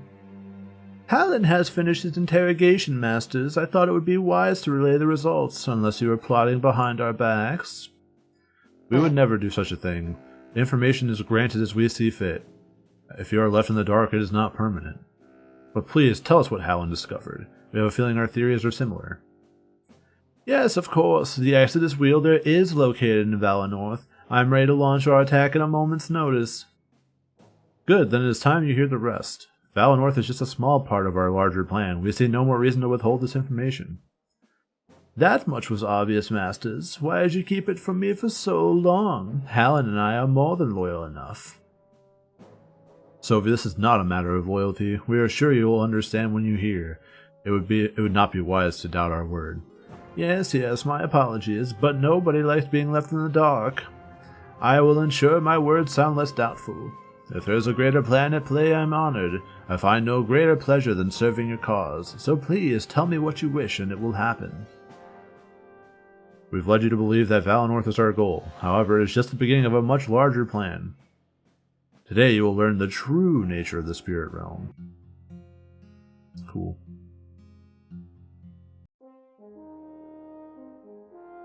I'm curious if I go back to like Main Street. Oh my god, I'm not doing all these. Hi Hobbs, welcome.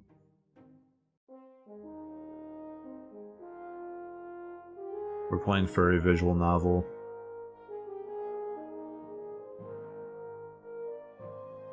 Hope work treated you well today.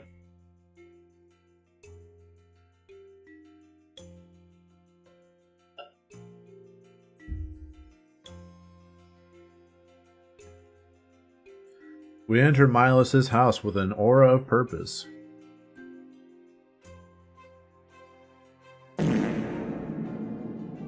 That is my aura of purpose. Though they didn't know what I saw, they knew it was important. We see him shuffling papers at his table, oblivious to our existence. Hey, Milas, we need to have a word. Work was fine for me.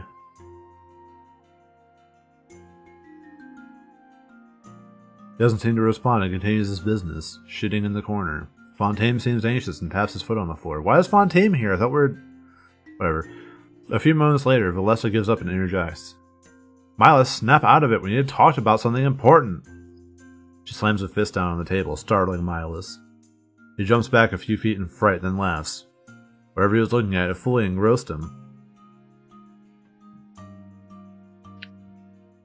My man looking like fucking greater than less than? Or less than greater than? Fucking diamond head. Yeah, Milas is a fucking stoner. Oh yeah. You know what they say about death, right? When we die, we just go to live in the realm of spirits without logic. Spiritual energy should be infinite. Yeah. I'm not really sure how to respond to that. I mean, we've had our Asters and Scribes for thousands of years. I'm pretty sure we'll have them for thousands more to come. Wouldn't that be beautiful? Sorry for rambling, but we should all have a seat. I'm afraid things aren't going to go as planned. My fucking loud is soft right now, if you know what I'm saying. He motions to the back of his house, a carpeted area. With no chairs in sight, it looked like we'd be sitting on the floor. We make our way over there, questioning just what he meant. I think we were going to say the same thing to you. I mean, Pants had a vision last night, a big one. Hopefully we'll have enough time to get through all this. Whoa, Mondo vibes, bro. And by that I mean not vibes. Well, unfortunately, I'm past the point of subtlety. So in the interest of time, I'll get right to it. The induction ceremony is henceforth cancelled. Yeah, that dude needs that Shadow Guard and Grown Dark Evil pack.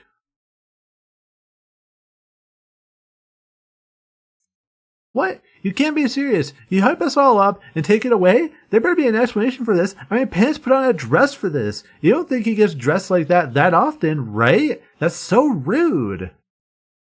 Fontaine is fuming with anger, very upset. I guess Milos was right. Plans have changed. But the timing along with my vision was odd. What's going on here, Milos?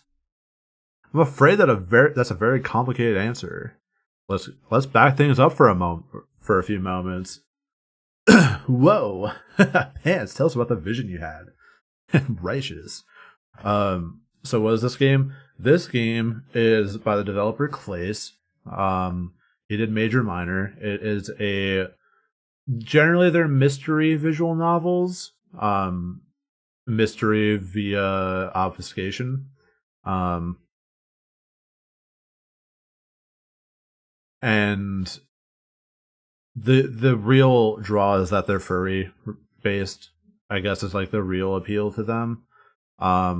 So good art, alright music, furry based. It's rad. I don't know. I fuck with it. If you ever want more context, my Major Minor playthrough is up on my YouTube. It's probably my most watched series on YouTube. And by that I mean I've talked about it at 3 separate jobs. Which I don't know if that's a good thing or not anymore. At this point, it just fucking is a thing.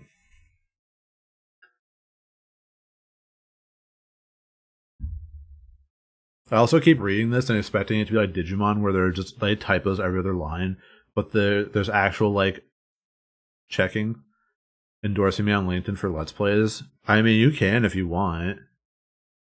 I'll give you my real last name. Go for it. Don't give a shit. I'll make it a badge of honor, and then I'll have to answer that question on every interview I do from now until the end of time. Okay, but I don't have an actual personalized YouTube link, unfortunately. It's like youtube.com/c/fucking gooid. This is garbage.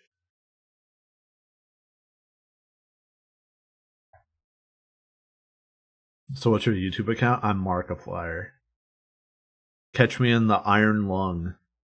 My new movie. My Markiplier movie next year, or whenever it's coming out.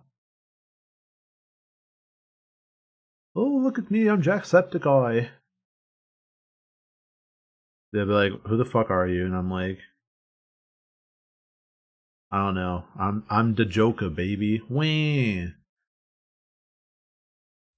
You wanna see how I got these poop stains?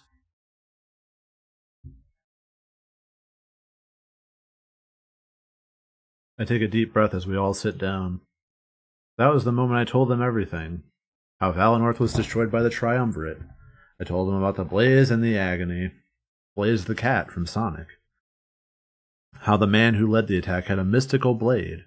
How not only did it kill Ulrich, but it killed me as well. I'm fucking dead. When I finished my story, I'm met with silence. They look amongst themselves in shock and confusion. That's fine. It was a lot to process all at once. I mean, I had a whole night. Dot. Dot. Dot. Dot. Dot. Dot. Whoa. Major downer, just as I expected. It was only a matter of time before he saw it. That is, if the spirits truly cared about our protection. Wait, slow down a minute. How do we know nothing was lost in translation? Remember how abstract visions can be? I can confirm that an attack is imminent, man. Besides, Valessa, you know visions aren't like that. The spirits have gotten strong enough so that's no longer an issue. Well, that can't be true. It is, and unfortunately it's just the start. But there is still some important matters at hand. Before I send you off, I'll tell you everything. Here's my recipe for my weed brownies. He smiles at each of us before taking a deep breath.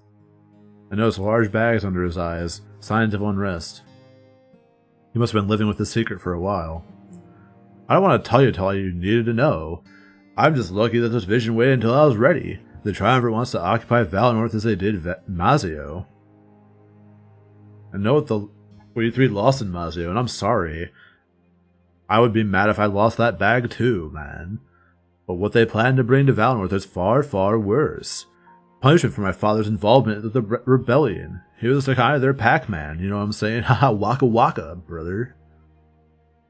Just like that empty armor seemed to imply, so Valinor did have some relation to the rebellion, and it wasn't just during Milas' short reign either.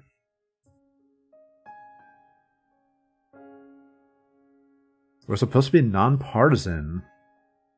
Yeah, that's our whole deal. Why would your father do that to us? I'll never forgive you, Milas. Your father is responsible for all this? He betrayed Valinor at the moment he helped them?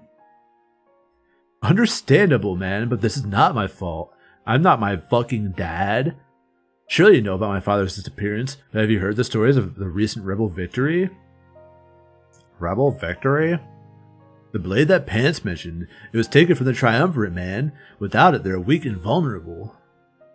But it was not an easy feat to accomplish. In their pursuit of the blade, many people died. It was not cool. Including the leader of the rebellion itself. Not rad. Blame the kid for terrible dad? Yeah. Like, actual skill issue, be born different, idiot. The new leader, Damek, sent it here for safekeeping. I hid it in the grand tree where no one would find it. You know, in the giant fucking weed tree? Man, I'm so fucking smart, man. I want you to take it and seek out Damek and Mazio. Hey, slow down. This makes sense to you, but it's all a blur to us. Your father was one of the men that died to get this blade? Indeed, he was, Fontaine. He's fucking dead now. And you're gonna talk about him like that? You better take that back, man. The rebel leader's death. My father's disappearance. I'm afraid those are intricately connected. You mean? Yeah. My father didn't work with the rebellion. He created it, man. The first allegiance in Valinor's entire history. Whoa. He formed an allegiance with insurgents in Mazio. Together they grew and created a large army, large enough to steal the Triumvirate's sacred blade. Those fucking hooded idiots didn't even see what happened. They're like, whoa, where's our fucking blade? And I'm like, it's right here, bozo. I don't understand why you do that. We're fine on our own. Fuck, wrong voice, my bad. I don't understand why you do that. We're fine on our own. We always have been. Times are changing and leaving us behind. I'm afraid that Valinor is a dying culture, Valessa, and what I'm about to tell you must not leave this room. What is it? You know Saulberg, right? Like, Better Call Saulberg, right, man? Just ended, so sad. How it houses the spirit idol of Valinor? Yeah, of course. Yes, of course. But it's been blocked off for a long time. I've never gotten to see a spirit idol in person. I'm afraid it might remain that way, Pants. On the eve of your birth, it went dark. Valinor is living on limited spiritual energy. You fucking soaked that shit dry, man. Ooh, yeah. There's no way I believe that, Milas. Our connection with the spirits is eternal. I wish that were the case, Fontaine, but it's only for me because I got the weed. It pains me to say this, but it's true. Pants, you're the last hero we shall ever have. Normally, the spirit idol chooses a child. That child is imparted with a surge of spiritual energy.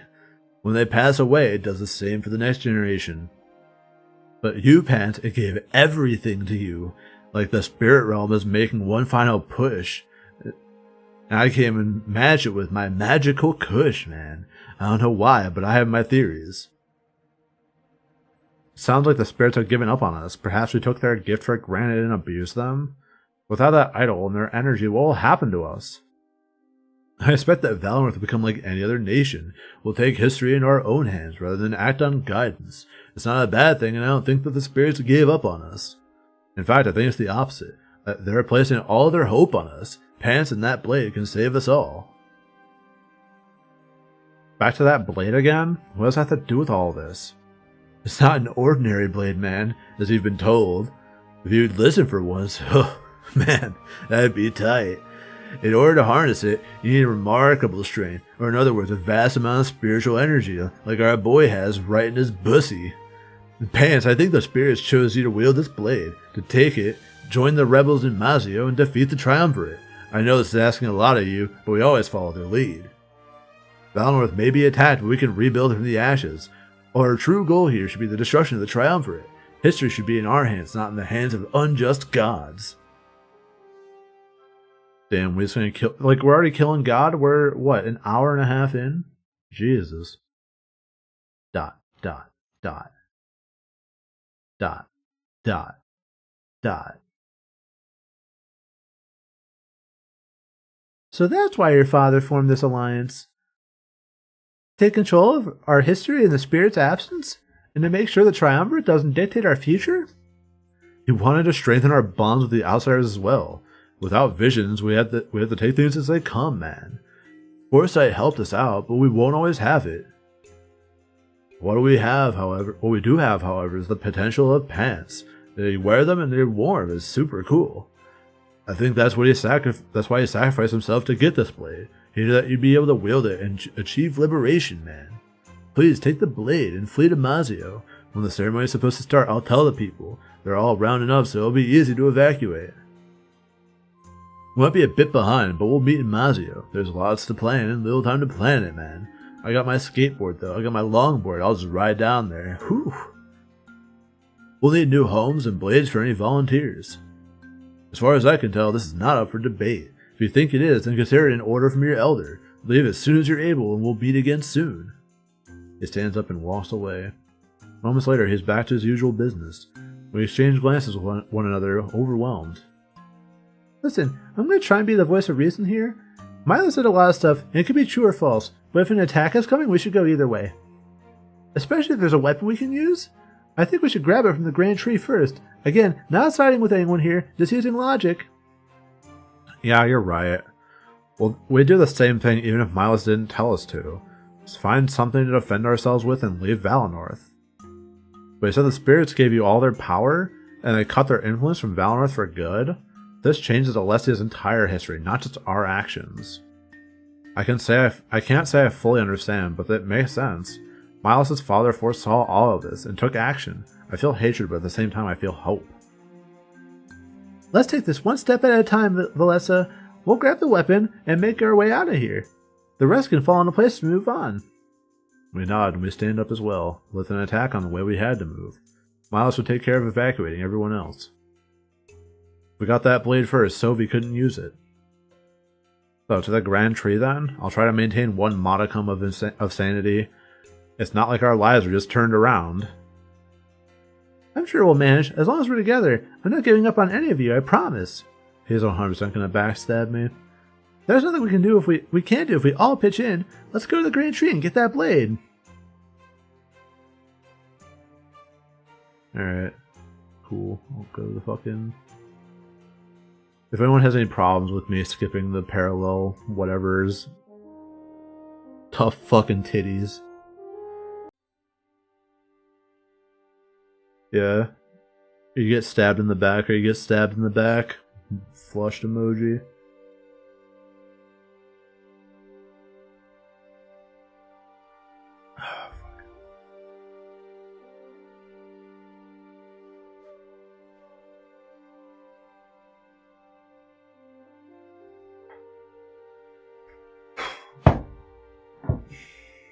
Man, doing these games is so fucking painful. It's like those streams of Digimon where it was just like an hour of reading, but that's the whole thing.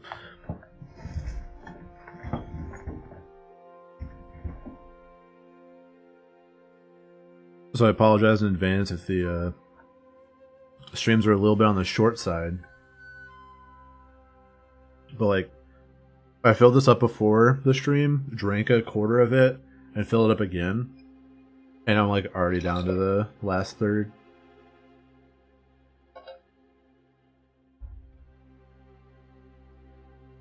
Grand Tree towers above everything else in Valinor, and because of Valinor's altitude, it towers above the world. We take slow steps across the makeshift bridge, holding onto the side. Valessa stops in her tracks, taking in the surroundings. A hint of confusion appears on her face as she breaks the silence. Stopping as well, Fortame and I hear to her words. I don't know what that just said. Listen to her words. I can read.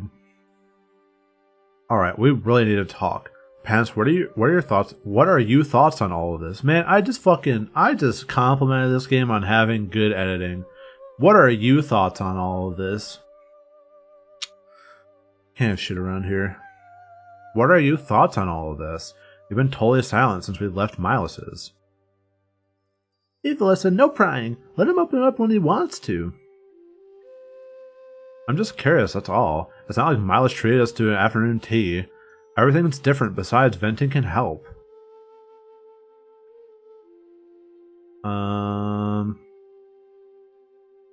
I feel invigorated, like I finally have a purpose. You've always had purpose, actually, but I think I understand what you mean. You aren't just another Ciri, you're special. She turns back around and we continue walking. I try to admire the scenery, but that attempt is short-lived. Fortame, who had taken the lead, also stops in his tracks. Actually, on the subject of venting, there's something I need to get off my chest, or I guess there's something I need to ask you to. Sure, what is it? I know we don't like talking about this, and sometimes we pretend it never even happened, but we can't anymore. We're going to Museo. So I think we need to face the facts. That's the last place our parents were. I mean, they were there when it happened. Casualties of the occupation. Now we have the chance to fight back against the Triumvirate.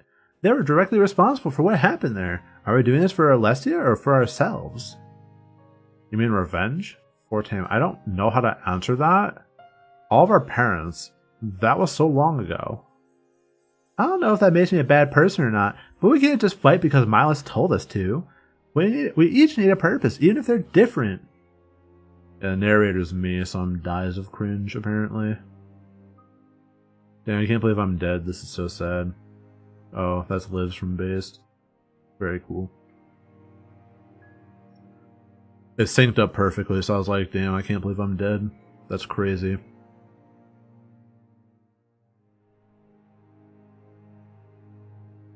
I guess I want Alessia's freedom. Is that not enough reason? Is that not reason enough to fight? That's a goal, Valessa, not a purpose. Let me ask Pants, why do you fight? What weight will you carry with that blade? Ah, yes, harp emoji. Actually, I have no purpose. I was forced into this. I don't fucking know.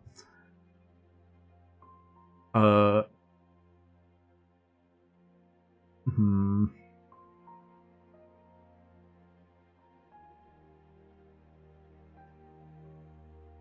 don't know. I guess I'll be a cheesy JRPG main character.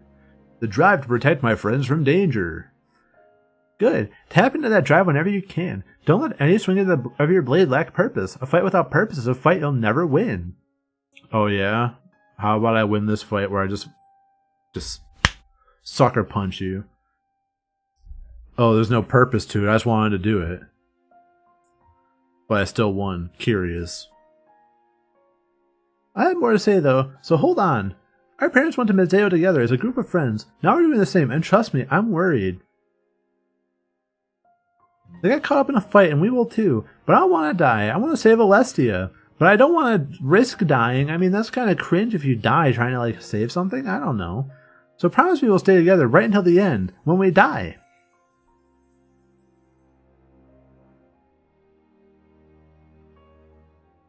There we go, that's the spirit. With that attitude, we'll never lose. Now let's get that blade and head to Museo. Yeah, I'm about ready to get off this bridge. Not exactly the best place for a heart-to-heart, though honestly I'm glad you opened up. And actually, I think I found my purpose. I want to fight to protect my closest friends. So about that promise, I'll be here right until the end, when I die too. I nod, and they smile at one another. A few moments later, we continue our trek to the Grand Tree. This time, however, we reach our goal with no interruptions. As soon as we enter, we all spread out. What is with this game and spreading out when you enter a joint? Like, why is everyone fucking just spreading their legs like that? ripping ass immediately when we walk in a joint. Perhaps covering more ground would help us find it easier. However, much to our surprise, it's out in the open. Wait, that's it? It's wrapped up in a sack in front of the Grand Tree's altar. The general shape and size was easily discernible to me, because it's a fucking sword. It was the instrument of my death and Valenor's destruction. It was also a sword. There's a letter attached to it. Let's see what it says. Wait, hold on. I don't think we're supposed to touch it. We should probably leave this one to Pants. I'm sure it's fine as long as it's covered up. But very well, feel free to do the honors. They both look at me, leaving me little choice in the matter. It's not like they had any choice in this either, however. Taking slow steps to the altar, I look down at the letter. Well, what does it say? I kneel down and pull off the letter, breaking some adhesive. It's from Milas, and it gives us a bit more information that he just didn't give us in person for some reason. None of us have really left Valinor, so guidance is helpful. Instructions from Milas. Bruh. Thank you for following my directions. It's good to know we'll be able to work with each other on this grand endeavor. Hidden inside the package here is the blade we talked about earlier, otherwise known as the Blade of Exodus. I'm not sure why it's given such a name, but it was the Triumvir's choice. As soon as you take it, please ensure that it never leaves your sight. A guide, Zemira, will be waiting for you on the main street. He'll guide you to Peregrino, where you'll meet up with Pro, a trusted ally and longtime rebel. From there, Pro will guide you to Mazeo. Pro might seem a little bit incompetent at first, but he has simply been following my orders. Having him come here and get you, as Damek originally planned, was much too risky. Instead, I told him to pass the time in the tavern until you bring the blade to him. I had Zemira meet him in the dead of night in Valinor's outskirts to retrieve the blade, and bring it to where you are now. This way, no villagers were aware, and there was no chance of complications arising. I'm sure Damek will understand this delay. One final thing, I authorize you with access to Stalberg, now that you know its secret. Feel free to stop there on your journey. I'm sure Damek will understand this delay. I put the letter in my pocket. I look at Fontaine and Valessa. It seems that our next objective was clear, much better than before. If Milas simply threw us into the wild, we'd get lost immediately. Like, do we not have a map? Can we not just walk there? Are we really that incompetent? We've just never left the village? Let me go, like... Let me just YOLO it. Like, fuck. Whatever. The Blade of Exodus? That's a bit weird name, isn't it? Do you think that's the person who made it? Or maybe it's a title for whoever wields it. You know, something like Cirrus? What about it? Should we call you Exodus? Let's just stick with Pants. Yeah, especially if the Triumvirate wants it back. Walking around as Exodus would put a huge target on us. That's not something we can afford if we want to blend in. You know, I mean, it would really give us a giant target other than the giant fucking sword that is going to be on his back. But, I mean... It's definitely not like, I don't know, made different at all, like from any other sword, so, I mean... Alright, forget I suggested it. Let's get out of here before we waste too much time. We're supposed to meet with someone named Zemira, right? I know them. They typically guard the town gate. No better person to carry out a secret mission in the night. I'm glad we'll have a guide. I was starting to worry we get lost. Yeah, none of us ever left Valinor before. Oh, okay. I'm sure it'll be great. We can even check out Salberg. Grab the blade pants. The villagers would never question you. I nod. As a seer, they wouldn't care what I carried. They don't care that I carry Schmidt. It's not important right now, though. But I can understand if they saw an outsider with this blade. Milas' plan of using Zemira was definitely the best course of action. As we ventured to Mazeo, however, some people might stare at my ginormous Schmidt. But we're in a group, so I doubt they'd try anything. I pity the person who picked a fight with the Blade of Exodus. I carefully unwrap the package. The sight of the weapon causes me to tense up. I can almost feel the pain of last night's vision. I did get stabbed with it after all. Valessa and Fontaine looked down, seeing it for the first time. I exchanged glances with them, but before my eyes returned to the blade. I grip it for the first time, and that's when everything changes. With a blinding flash of white light, I fall back. Landing on the floor, I'm unable to see or move. It isn't much longer until I can't breathe either. I'm fucking dead. I hear Valessa and Fontaine call out to me, but as my senses are robbed, their shouts slowly fade. A series of visions play out before me, and I can do little but watch.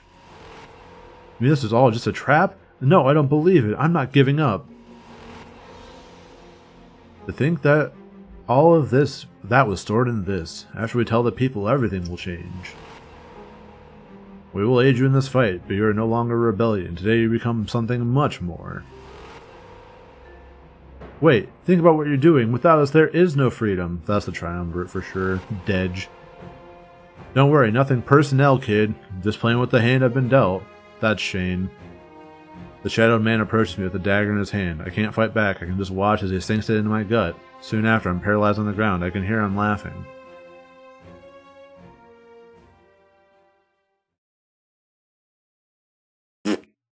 That's the sound of him getting stabbed. I gasped for air as I gripped the spot where he stabbed me. Alessa and Fortame let out huge sighs of relief. In my other hand, I hold the blade of Isis tightly. I mean, I guess I did just fall over, seize up, and stop breathing for several minutes, but I guess I'm fine. I throw it across the room as I slowly regain my breath. They help me rise to a sitting position. The concern on their face is clear. Thankfully, I'm able to relax before they decide to question me. What happened? It gave me visions. Wait, how's that possible? The spirits are the ones who give visions. Could it have something to do with your energy? Alessa, it doesn't matter. For now, we need to make sure he's safe. No, you need to get the fucking sword is what you need to do. Right, sorry. Will you be okay? Can you move? I'll be fine. Good, I'm glad to hear. Milas left a change of clothes for you. It was tucked underneath the blade, see? He knew you'd shit your pants. That's pretty embarrassing. She points to the package that held the blade. Resting there is a set of battle-ready clothing. A holster or scabbard is built into the back. Maybe Milas knew that touching it was risky. If you wear this outfit, you can sheathe the blade. It might be the best to conceal it and minimize contact. Thank God you didn't miss it. Yeah, you're a little bit late, but allegedly this game is 17 hours long. So yeah. Also, thank you for the sub. Congratulations on rolling Twinkle Park big.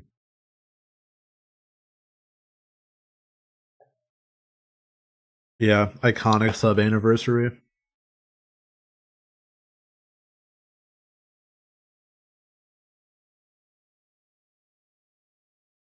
You'll have to catch the VOD, yeah.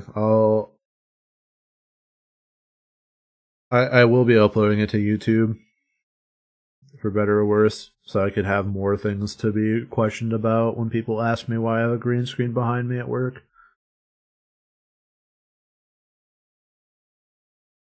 But anyway, welcome in.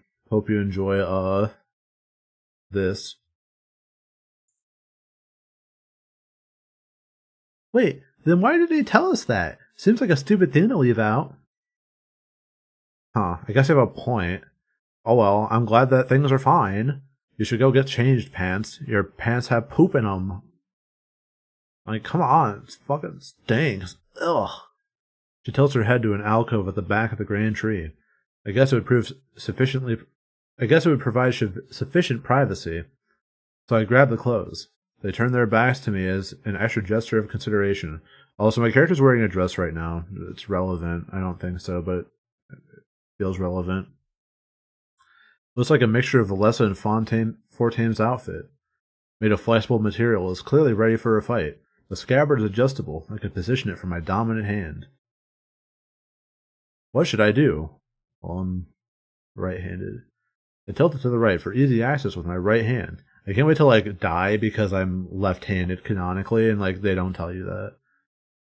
Not that I expect to be touching the blade all too often. When the rest of the outfit's on, I walk back out into the open. Whoa, that looks really good on you. A lot more fitting than that fancy dress. Wow, you punk bitch, you said it looked nice on me. Wow.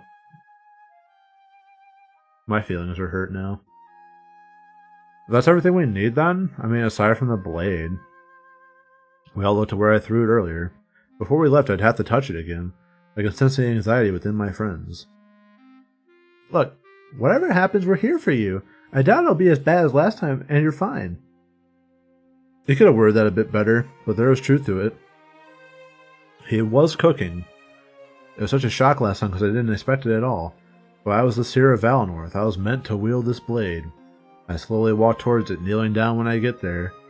Whatever happened this time, I wouldn't let it control me. As I grab it, I remind myself that I am one with the spirits. The white light overtakes me again, but that's all. I can still move, breathe, and sense my surroundings. Deep within me, I feel a connection defying explanation. It's beautiful, and I'd like to stay this way forever. It's like when you take a really good shit and you sit on the toilet later. Or you just stay on the toilet, just enjoying it.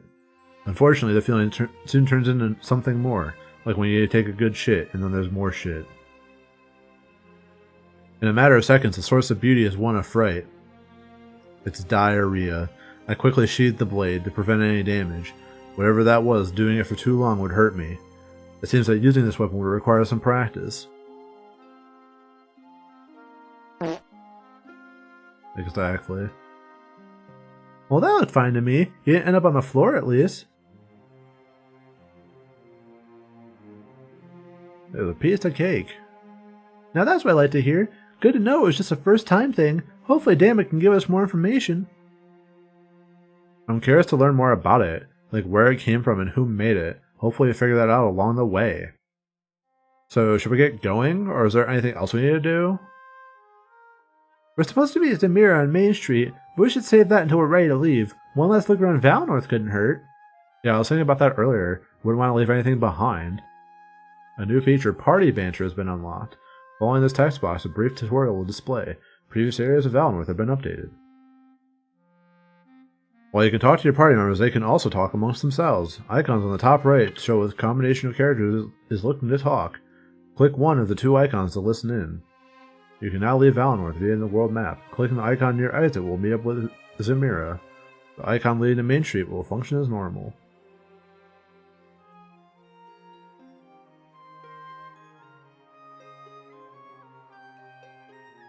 Oh, this is Shane, probably. Oh, whatever.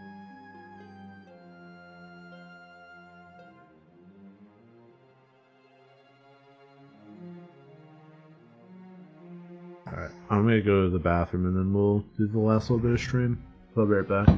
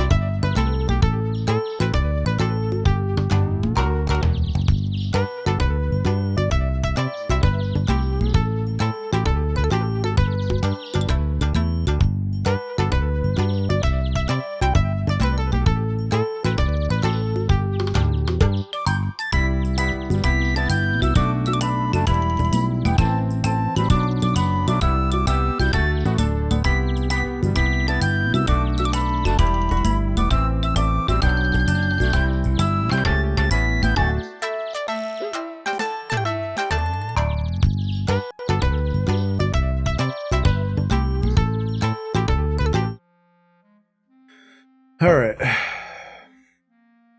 had to go grab a cherry limeade water because I'm out of my actual water.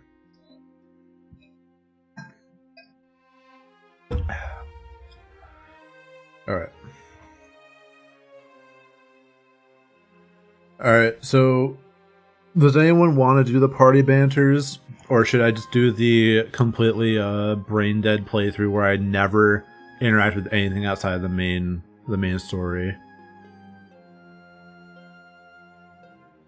Because currently we have the exploration, which leads to books. We have the parallel chronicles or whatever, which is other people in the story that I'm pretty sure we're just ignoring wholesale. And party banter, which I'm now covering with my chat. I almost feel like the brain dead playthrough is gonna be more fun because like this seems like the type of game that won't like handle it well and it'll just spoil stuff for me.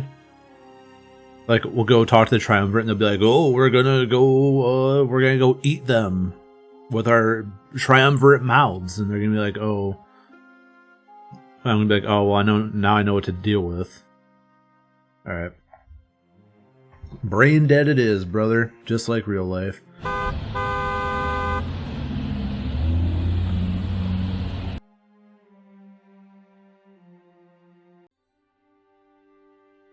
Thanks, I needed that.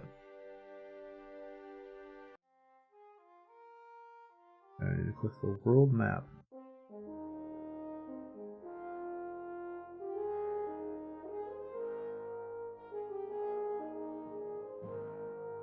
Continue the story. We head back to Main Street in search of Zamira. The blade of Isis is strapped to my back and it's heavy. Glances from the townspeople show that they're aware of this artifact. However, being who I am, they raise no concerns to my face. The fucking cowards. So, Valessa, do you see him anywhere? I don't know what he looks like, so it's on you. Yeah, sorry, I'll point him out. I'm just not used to the villagers staring like this. That blade really makes it stand out, doesn't it? Or maybe they're just admiring our good looks. Come on, Valessa, don't be so uptight. Nobody knows what this blade can do. Let him stare. She gives Fortame no response as she scans the area. It's true, they could stare, but they didn't know. Peppy rubble.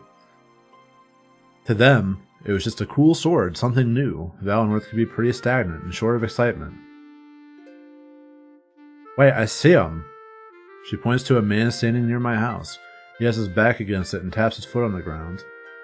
I guess he knew where I lived. Milos must have told him. Hey, Zamira, how's your watch going? His ears perk up and he starts to approach us.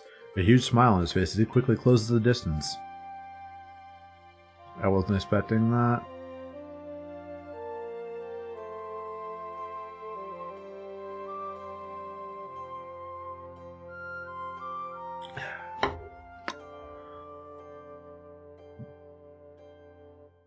Macho Man voice?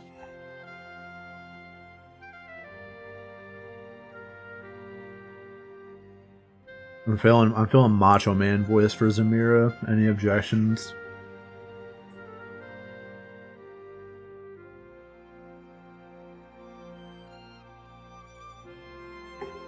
Plus, I think he's gonna stick around.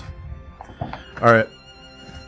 I'm instituting a new rule to the stream when I do voice acting. It's called the Macho Man rule.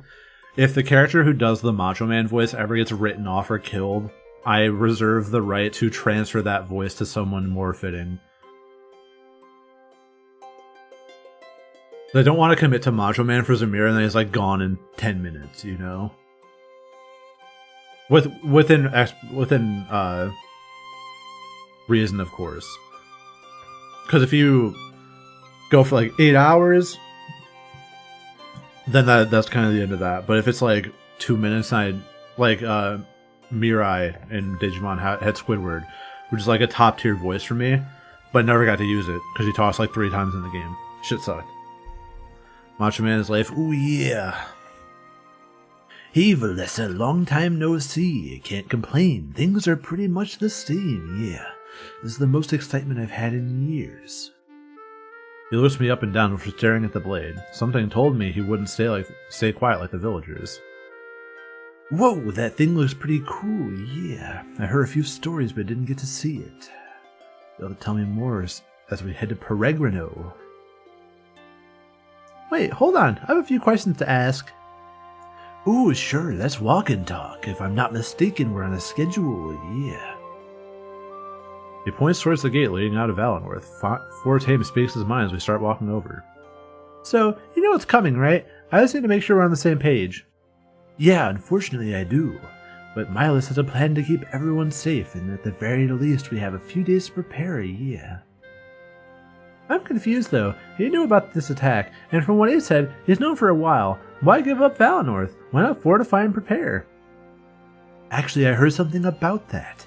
Damek, the leader of the rebels, had a vision, yeah. We're not the only seers, as you can see. Apparently, that blade is more than just a weapon. Wait, other people can use it then? No one else has tried, to be honest. But in his vision, he saw the triumvirate fall, all the way down the steel cage 16 feet through the announcer's table, yeah. The coast was clear. Valinor fell as well. The coast was clear. Is this supposed to be a deer, or did they just stick antlers on a dog? I don't know that, furries are, categorized as dogs. That's my lack of understanding on the subculture. But I would guess that the horns are just there for drip. And I agree with it. I fuck with it. I fuck with the motion.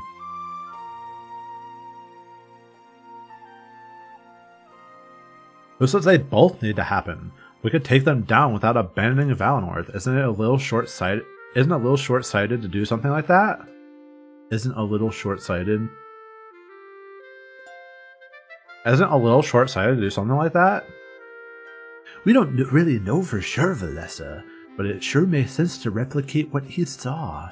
That way the rebellion's victory is guaranteed, yeah. 1, 2, 3, a pin. And then you put the belt around Macho Man's waist, yeah. Besides, Milas will evacuate everyone that's willing. Valinor can be resettled in the future, I know it. I just worry about those two who don't buy into this story. What do you mean? Well, some people will be stubborn. We can't force them to leave. We just encourage it, yeah. Those who stay behind, well, there's nothing we can do. Deer are the enemy. Deer are your enemy. I support the deer. We live in harmony now. That's true, and it lines up with the vision. Pants mentioned that lots of villagers perished. Isn't there something we can do to help them cooperate? Okay, the deer haven't eaten... Well, that's not entirely true. But after we resolved the problem last year, I think it's fine now, right? If anything, chipmunks are the enemy now. Unless they're jumping out in front of your car. Yeah, that's pretty bad.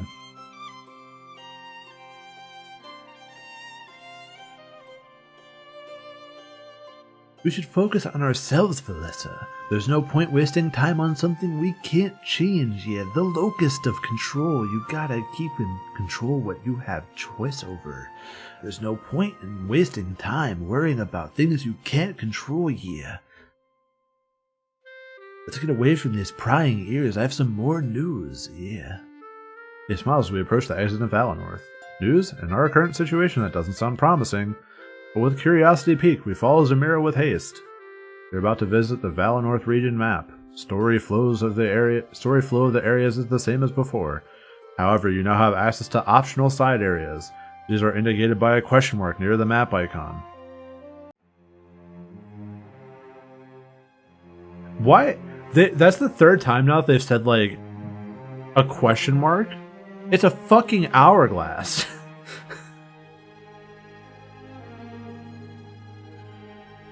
This is a question mark? This right here? That's what we're calling a question mark now?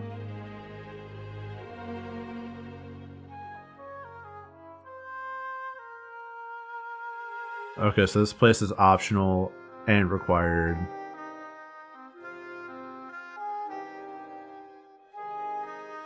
Art team didn't talk to the text team. Yeah, I'm saying go the exact opposite direction. Hope you don't mind. Taking a small detour, we decide to check out East Crown. The cold is overwhelming, so we huddle by the torchlight. Oh my gosh, this is intense. I've heard the stories, but I thought they were exaggerating. We shouldn't stay here too long. I feel like I'm gonna die. On a major AAA release like this, that can happen. True. Yeah, there's too many moving parts going too fast, man. Oh, forward tame. Don't be so dramatic. I'm sure we have time to examine the area. Just don't go in any further, alright? Yeah, I guess so. Sorry. Look, I can see my breath. How cool is that? I'll admit, that is pretty cool. Being barely out of Valinor and already seeing new stuff. I'm guessing it has something to do with the cold. It's insane.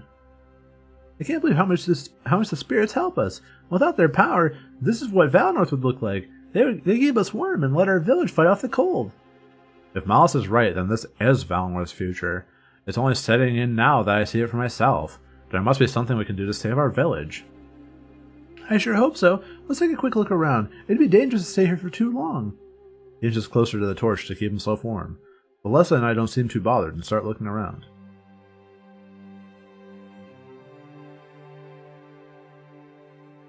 There's a book here I don't want to read.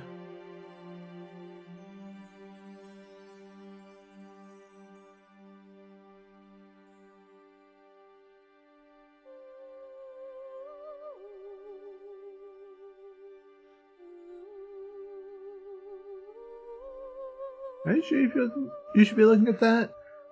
It was covered in snow, Fortame. Whoever owned it probably forgot about it already. Besides, it might contain some useful information. I guess you're right, but at least put it back when you're done with it. I don't want to get in trouble if the owner does come looking. Alright, so you have a deal. So Pants, what does it say? Oh, it didn't read it for once. Holy shit. This is it. I've finally done it. For the last 10 years, I've been training my body to handle East Crown's cold climate. At the start, I could barely make it a few feet without having to stop, but now, I can almost last an entire day before I need to back out. I know that the answers are now within reach. What purpose does East Crown serve? How much of Alestia is uncharted? I'm planning one final journey into these icy mountains, and I know I'll find the truth. I'll see off my wife and child tomorrow, and leave my journal by the entrance. Should I make it out of this alive, the following pages will be filled with wonders and revelations upon my return. We will finally understand. The rest of the pages are empty. Dead. Sorry, wife and kid. But your father-husband had a skill issue.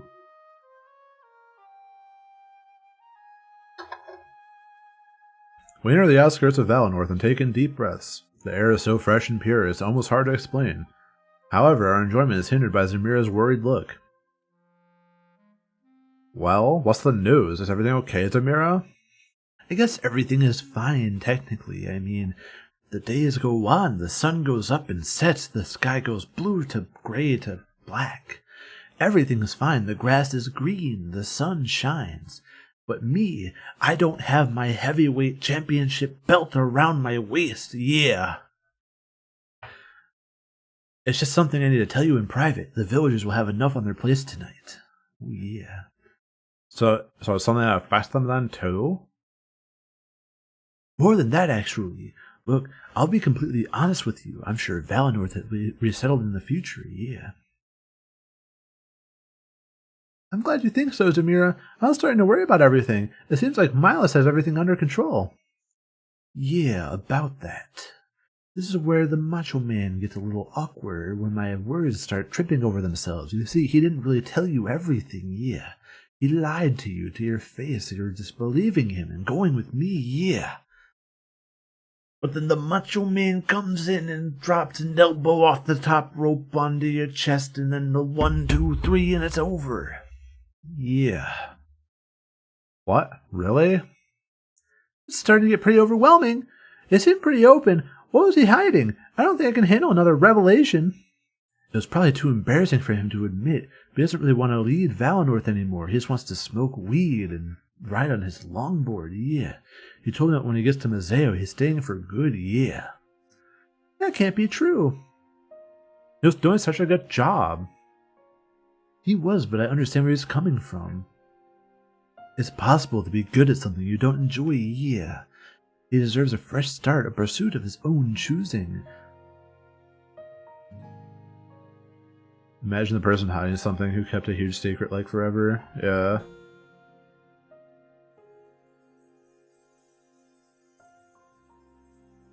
Like, oh no, I can't believe he lied to us and he didn't tell us he was gonna stop being the elder. Dude's just sacking the village so he can just fuck off. Honestly, kind of relatable.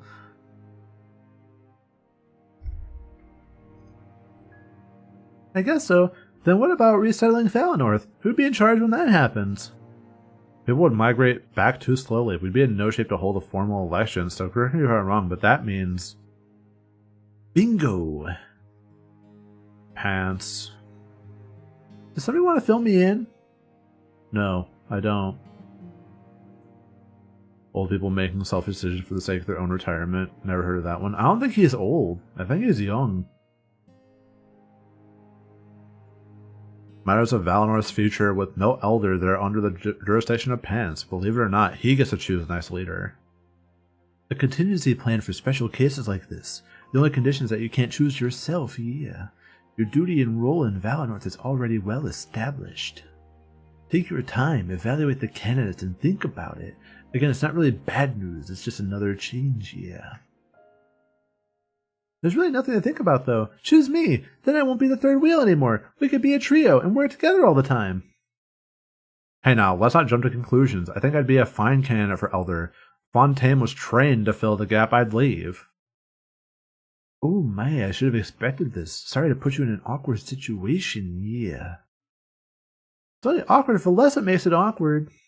Huh, whatever. They crossed their arms and turned away from each other, fighting over an opening that was only revealed seconds ago. I could understand their passion, but we needed unity right now.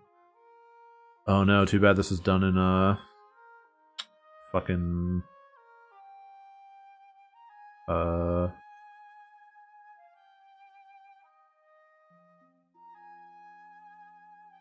Ren'Py. Not Unity. That's my joke for the evening. Hope you enjoyed. Look, this might not be relevant for years to come. There's no need to argue about this. Stay focused. We have a really important job on our hands, you know. Yeah. They don't respond and simply retain their pose. Their passion for Valinor is admirable, but intrusive. We had a clear goal, and now things were getting muddied. None of you know where Peregrino is, right? If I start walking without you, you'll get lost. I'll give you a few minutes, but I'm on a schedule, yeah. I gotta get you to Peregrino by 4, and then I gotta whoop Hulk Hogan's butt by 6. The threat makes them both turn back around. Good, that's what I thought. Take a few moments to talk amongst yourselves, but when you're ready to go, we need to move as fast as we can. Alright. Yeah, fair enough. Zemira rests against a nearby tree and lets out a loud sigh. He was just relaying information. The fallout wasn't his to deal with. We have a few minutes to spare. I should make the most of it.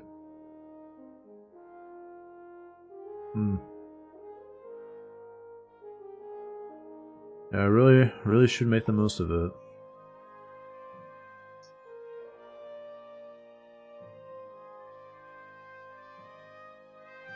By moving forward, I tried looking back as far as I could. I thought I might be able to see where the stream led, but it went too far, and I couldn't see a thing. It would be good to use as a landmark so we don't get lost. Yeah, too bad this stream's not going that long. Anyway, I'll go to Soliburg. As soon as we enter Soliburg, we're all in shock. It's such a beautiful sight, unlike anything in Valinor. From here, it's very obvious that we're up in the mountains. The fact that Valinor's lush forests are prone to hide. Wow, this is amazing! I can't believe something like this was so close. And look at the spirit idol, that's so cool! Even if it's not lit up, it's still beautiful. Milo said it went dark when Pants was born? I can't believe all that energy is inside of you. Better call Soliburg, yeah. I think I made that joke, yeah. Better call Soliburg. 1-800-Coliburg.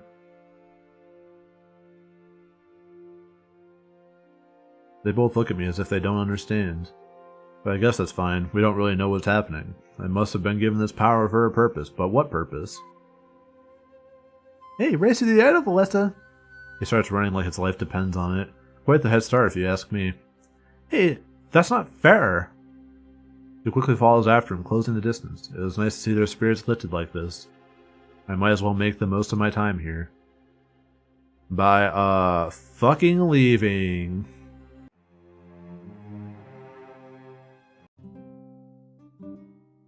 After a lengthy trek through the forest, we arrive at Peregrino. The scent of ale and the aged wood of the tavern permeate the air. Samira lets out a sigh of relief, having finally achieved his goal. Well, looks like we're finally here. It wasn't that bad, was it? It's not as bad as I thought it'd be. My legs are a little sore, but I'll manage. I know we're far from home, but it still feels like Valinor. I guess maybe I expected something a little different. Just wait until you see the Outlook, Valessa, yeah. The Outlook? The Microsoft Outlook, the #1 mail transfer program on the internet, yeah. You can send the messages and get the messages, and it's all so fast. Yeah, you can almost see the entirety of Alestia. As soon as there's no trees in the way, you'll be amazed. It's easy to forget that we're on the top of the highest mountains, like the champions we are, yeah. So we're not surrounded by trees the entire way to Mazio? Absolutely not. Even aside from the deforesting, trees are scarce. It makes for a beautiful view. I'm sure you'll love it, yeah. The tone of his voice implied that he wouldn't be going with us. If he'd seen it before, then I doubt that staying behind was that big a deal. But for some reason, Fontaine and Valessa seemed a bit upset at hearing this. Right, I guess you're on your own schedule now. You only had to bring us to Peregrino. I'm not about to ditch you, though. I'll head inside. Feel free to follow along. It won't be too hard to find Pro, trust me, yeah. He leaves our side and starts walking into the tavern. We exchange glances, seeming a little hesitant. Well, I guess this is it. As soon as we meet with Pro, we're off to Mazeo. Wait, did you say Pro? We're all startled by the sudden intrusion, but to me, the voice is immediately recognizable. Ulrich? What? Who's there? He lets out a soft laugh as he approaches us. After looking me up and down, a wide smile appears on his face. I forgot we haven't actually met. It's the blade on my back that he notices. Well, what do you know? It's you. Kinda makes my job a whole lot easier. Wait, you know us? Just pants. Then you must be... Ulrich from the Vision! Ulrich from Vision! The Ulrich! Like the poop from Poop! Excuse me? Yeah, you're in the vision that Pants had last night. The one I'm not supposed to tell anyone about. Huh. Haven't even met and I'm already in your dreams? That has to be some kind of new personal record. He cracks another smile. Is this an attempt at flirtation? If it was, it wouldn't go anywhere. Fontaine promptly interrupts. They said you died, Ulrich. Something about a man named Sophie? Like the weird water that they had in the mid-2000s that you can still buy at like random places? His ears perk up as he hears the name Sophie. But he seems to find something comedic about Fontaine's words. Clapping his hands together simply once, he smirks at the three of us. You sure are good at first impressions, little one. I'm not little. Seems that nobody jumps to Fontaine's defense. Fortames. I don't know why I started calling him Fontaine, whatever. He's telling the truth, Pants. How exciting. You'll have to tell me more once we grab Pro. After that, we're going to evacuate Valinor. Seems like he's able to piece things together. The vision of his death and Sophie was Valinor's destruction. He wastes no time in suggesting our immediate course of action. Actually, Milos is taking care of that. The village is gathering for a celebration tonight. The perfect time to group them and escape, right? Really? I'm starting to wonder why I'm even here. Either way, Pro and I will take it to Damek. Glad to hear this vision of yours won't come to pass. That much is true. He'd avoid Valinor entirely. Too bad the attack on Valinor wasn't something we could avoid. It sucks to suck, idiots. Shall we get things started? Unless we want to talk more, I'm up for that too. I can't tell if he's being genuine or sarcastic. It's hard to get a read on this man, and that's odd. Usually I'm really good at reading men. His resolve in last night's vision, his demeanor was clear. I feel like even though we barely talked, we're on the same page. He seems to know why we're here and where we're going and what we need to do. That makes things a bit easier. Endless planning would be tedious. Whenever you're ready, Pan, it seems like we have a lot ahead of us. We all look at each other before nodding. It seems like everyone else is following my lead. I could probe Ulrich for information or head right inside. Ulrich has now permanently joined my party. Cool. Oh. When we entered Peregrino, we were greeted to an argument. Normally I'd look around the tavern, but this seemed pretty heated. The barkeep, angry, seemed to yell at an annoyed man in front of him. Absolutely not. There's no way. Take that letter back to Damek in pieces, and I'm not giving up my beloved Peregrino, Pro. It seemed that he's talking to Pro, the man we came here to meet. For some reason, I find him extremely familiar. I can't pinpoint why. I don't know. Is it a little similar to some other probably place? I don't fucking know. Iron, you don't want to test me. This is for the good of Alestia. Don't be selfish. You wouldn't act outside of our best interests. If you don't agree, he'll cut your funding. You wouldn't be able to keep up. You'd go out of business. This isn't exactly the best place for a watering hole, you know. The barkeep must be named Iron. He seems to be on the receiving end of Pro's threats. Oh, this is the guy that fucking stabbed me in the dream, wasn't it? Alright, take it easy, Rage Houdini. I will see you, later. I'll be back on Friday with more of this, though, so...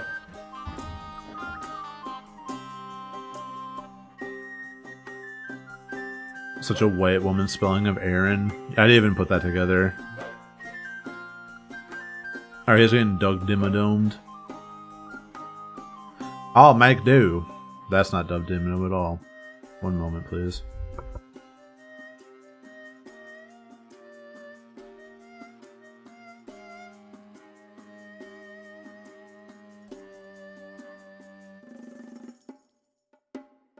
I'll make do. I have to. This place is my home. We're not asking you to move. You just have to let Damek do what he wants.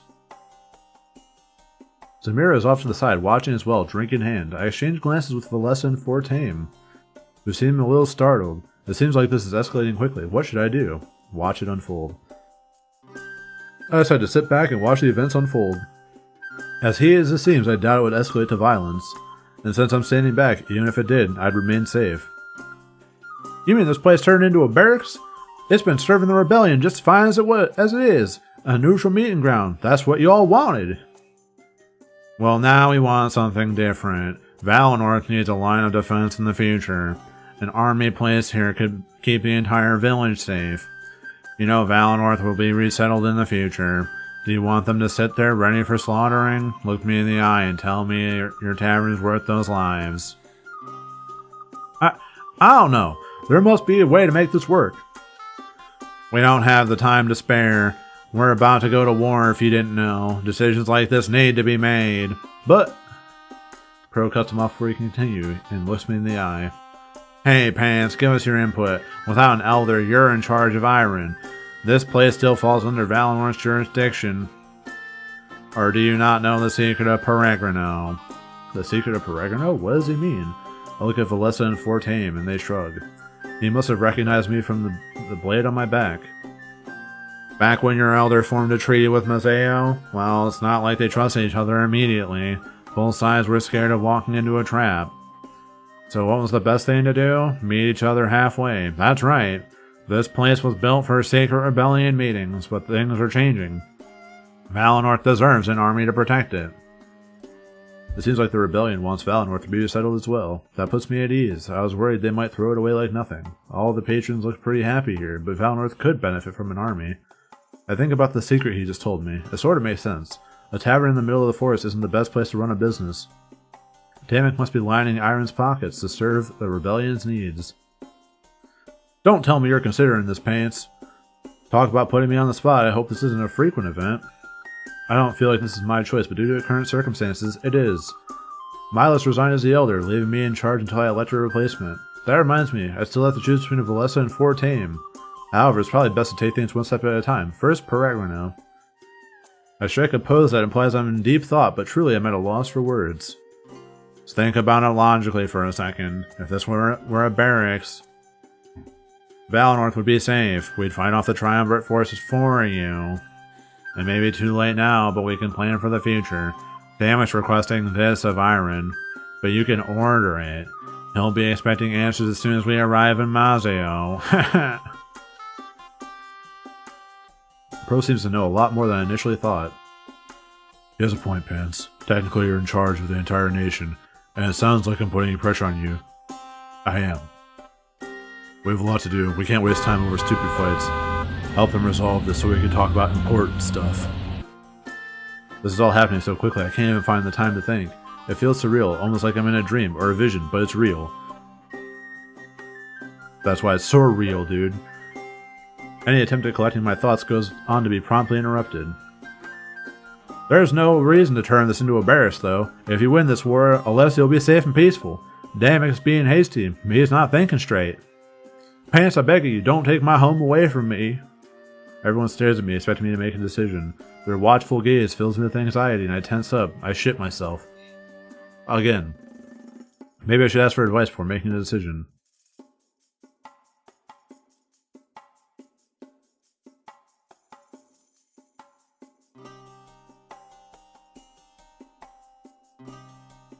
It's an interesting situation to say the least, but that doesn't mean the right decision is hard to make. We should ally the rebellion and place an army here. If our elder had done that, then Valinor would be fine. In my opinion, we need to work towards a united Alessia. That would have saved us this time. It can save us in the future. Either way, I know you also need to choose a new elder. If you already have someone in mind, then try to cater to them. It's important that they're left with a nation they're proud to lead. I'll trust Ulrich. Look, I already told you to hurry up. There's no downside to placing an army here. Iron's just being whiny and resistant to change. You have the chance to prove yourself as a capable leader. Don't cave under his demands and give him what he wants. An effective leader does what's best for everybody. Think about Alessia when you make a choice, not Iron. That advice will help you every time you need to make a decision. Catering to individual people is a great way to garner hate. So, if I'm thinking about the random sites I saw with the sword, I wouldn't be surprised if Iron was the guy who actually stabbed me. So maybe I should just, I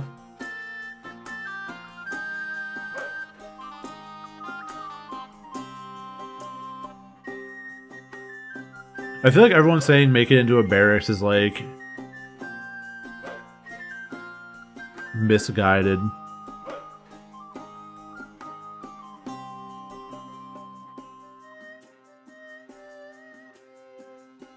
Yeah, that's what I'm feeling. Fuck it. Y'all told me to do this, so I'm doing the exact opposite. I couldn't steal Iron's home from him. It was wrong. We'd have to find another way to keep Valinor safe. Forcefully seizing property would give off a bad image. We're above that. We're not like the Triumvirate. Are you serious? Come on. You can't just leave your village defenseless. Now, Pro. You're the one that brought him to this. We need to take his word as law. That's how it works. Thank you so much, Pants. This calls for a celebration. Iron runs off and starts to prepare some drinks. Pro crosses his arms and looks at me with a scowl. Just met and you're already a thorn in my side. Oh well. I hope you don't come to regret that choice. If you don't, then I expect future generations to hate you. Oh well. I guess I should look on the bright side of things. At least they can have a drink while their village burns down again. His sarcasm was noted and his joke was far too soon. He shrugs at Ulrich as he walks to a nearby table and sits down. A few moments later, Ulrich follows suit. Was it time for a meeting? I wave to Valessa and Fortame as I walk over to the table. A few moments later, we're all seated together, exchanging glances. We wait for someone to break the silence, unsure of what will happen next.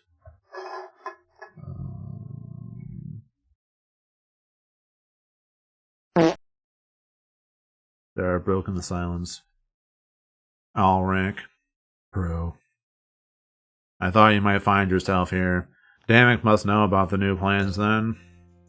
He assumed you were slacking off. Now that I'm here, I guess it's half true. Don't worry, I had it planned all along. You can doubt me, but everything worked out. Here we are, all together and ready to plan. I need you to get all you back to Damek as fast as possible. We need to make some moves and plan our final attack. He looks at me and then at the blade on my back. You'll be training under a pretty strict regiment. Damek wants you to master that blade as fast as you can. If you are already aware, a new spirit idol is found in Museo. Damek thinks we can use you and that blade to tap into his power. He thinks it'll give us more of a chance to win this war. Wait, a new spirit idol? I didn't know that could happen. I thought we had all of them mapped out for a long time. I'll assume your studying abilities are limited in Valinor, but the occupation was just a cover for the Triumvirate's true goal. They were looking for the spirit idol so they could destroy it.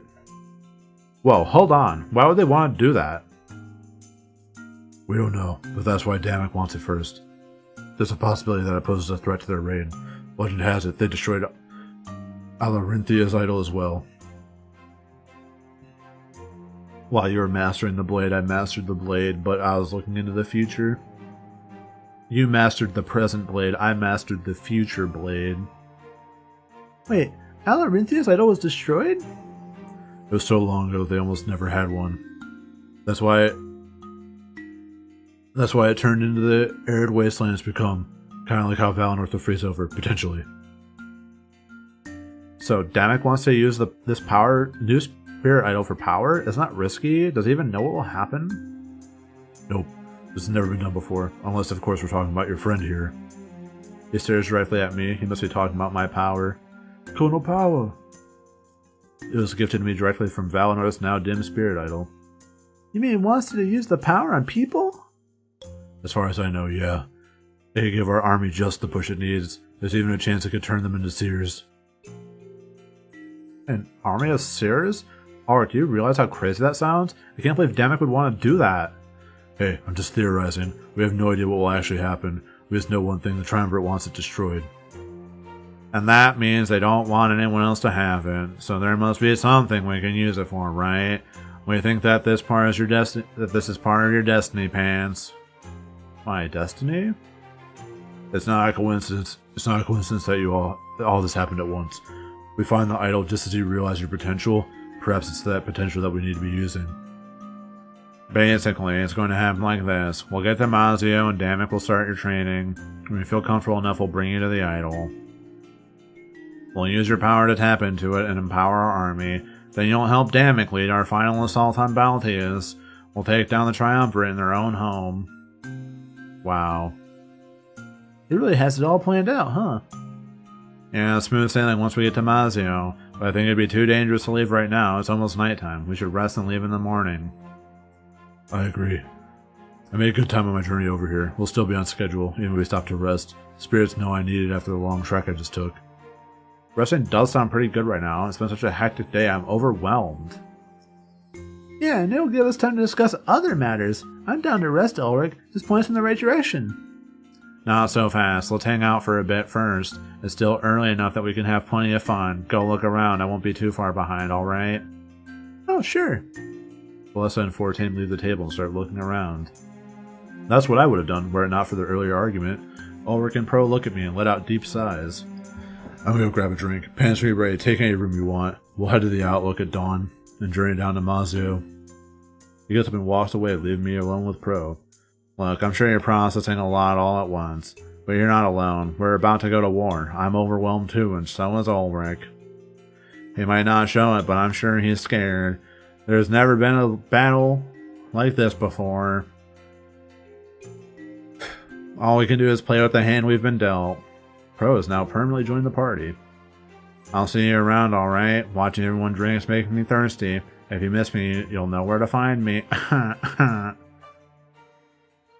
He leaves the table and goes to grab a drink. All I can do is hang out for a while and then go to sleep. Maybe I could talk to Pro for some information too. Whatever I did, though, this would be my final night in Valinor. Click the arrow in the top right corner to advance the story. Otherwise, feel free to explore Peregno at your leisure. Alright.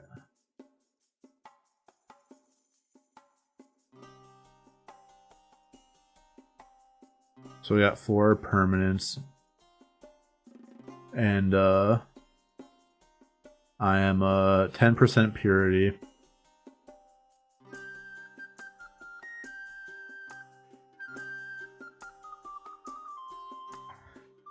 Alright. I'll save it while I go look for a raid.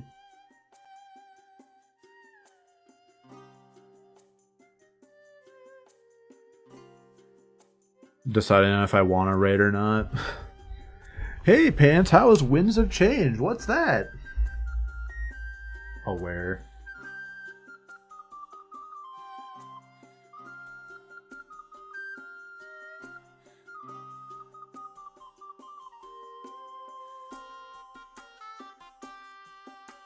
Yeah, you know what? Honestly, I'm just gonna raid and run anyway, so I'm just not gonna raid tonight.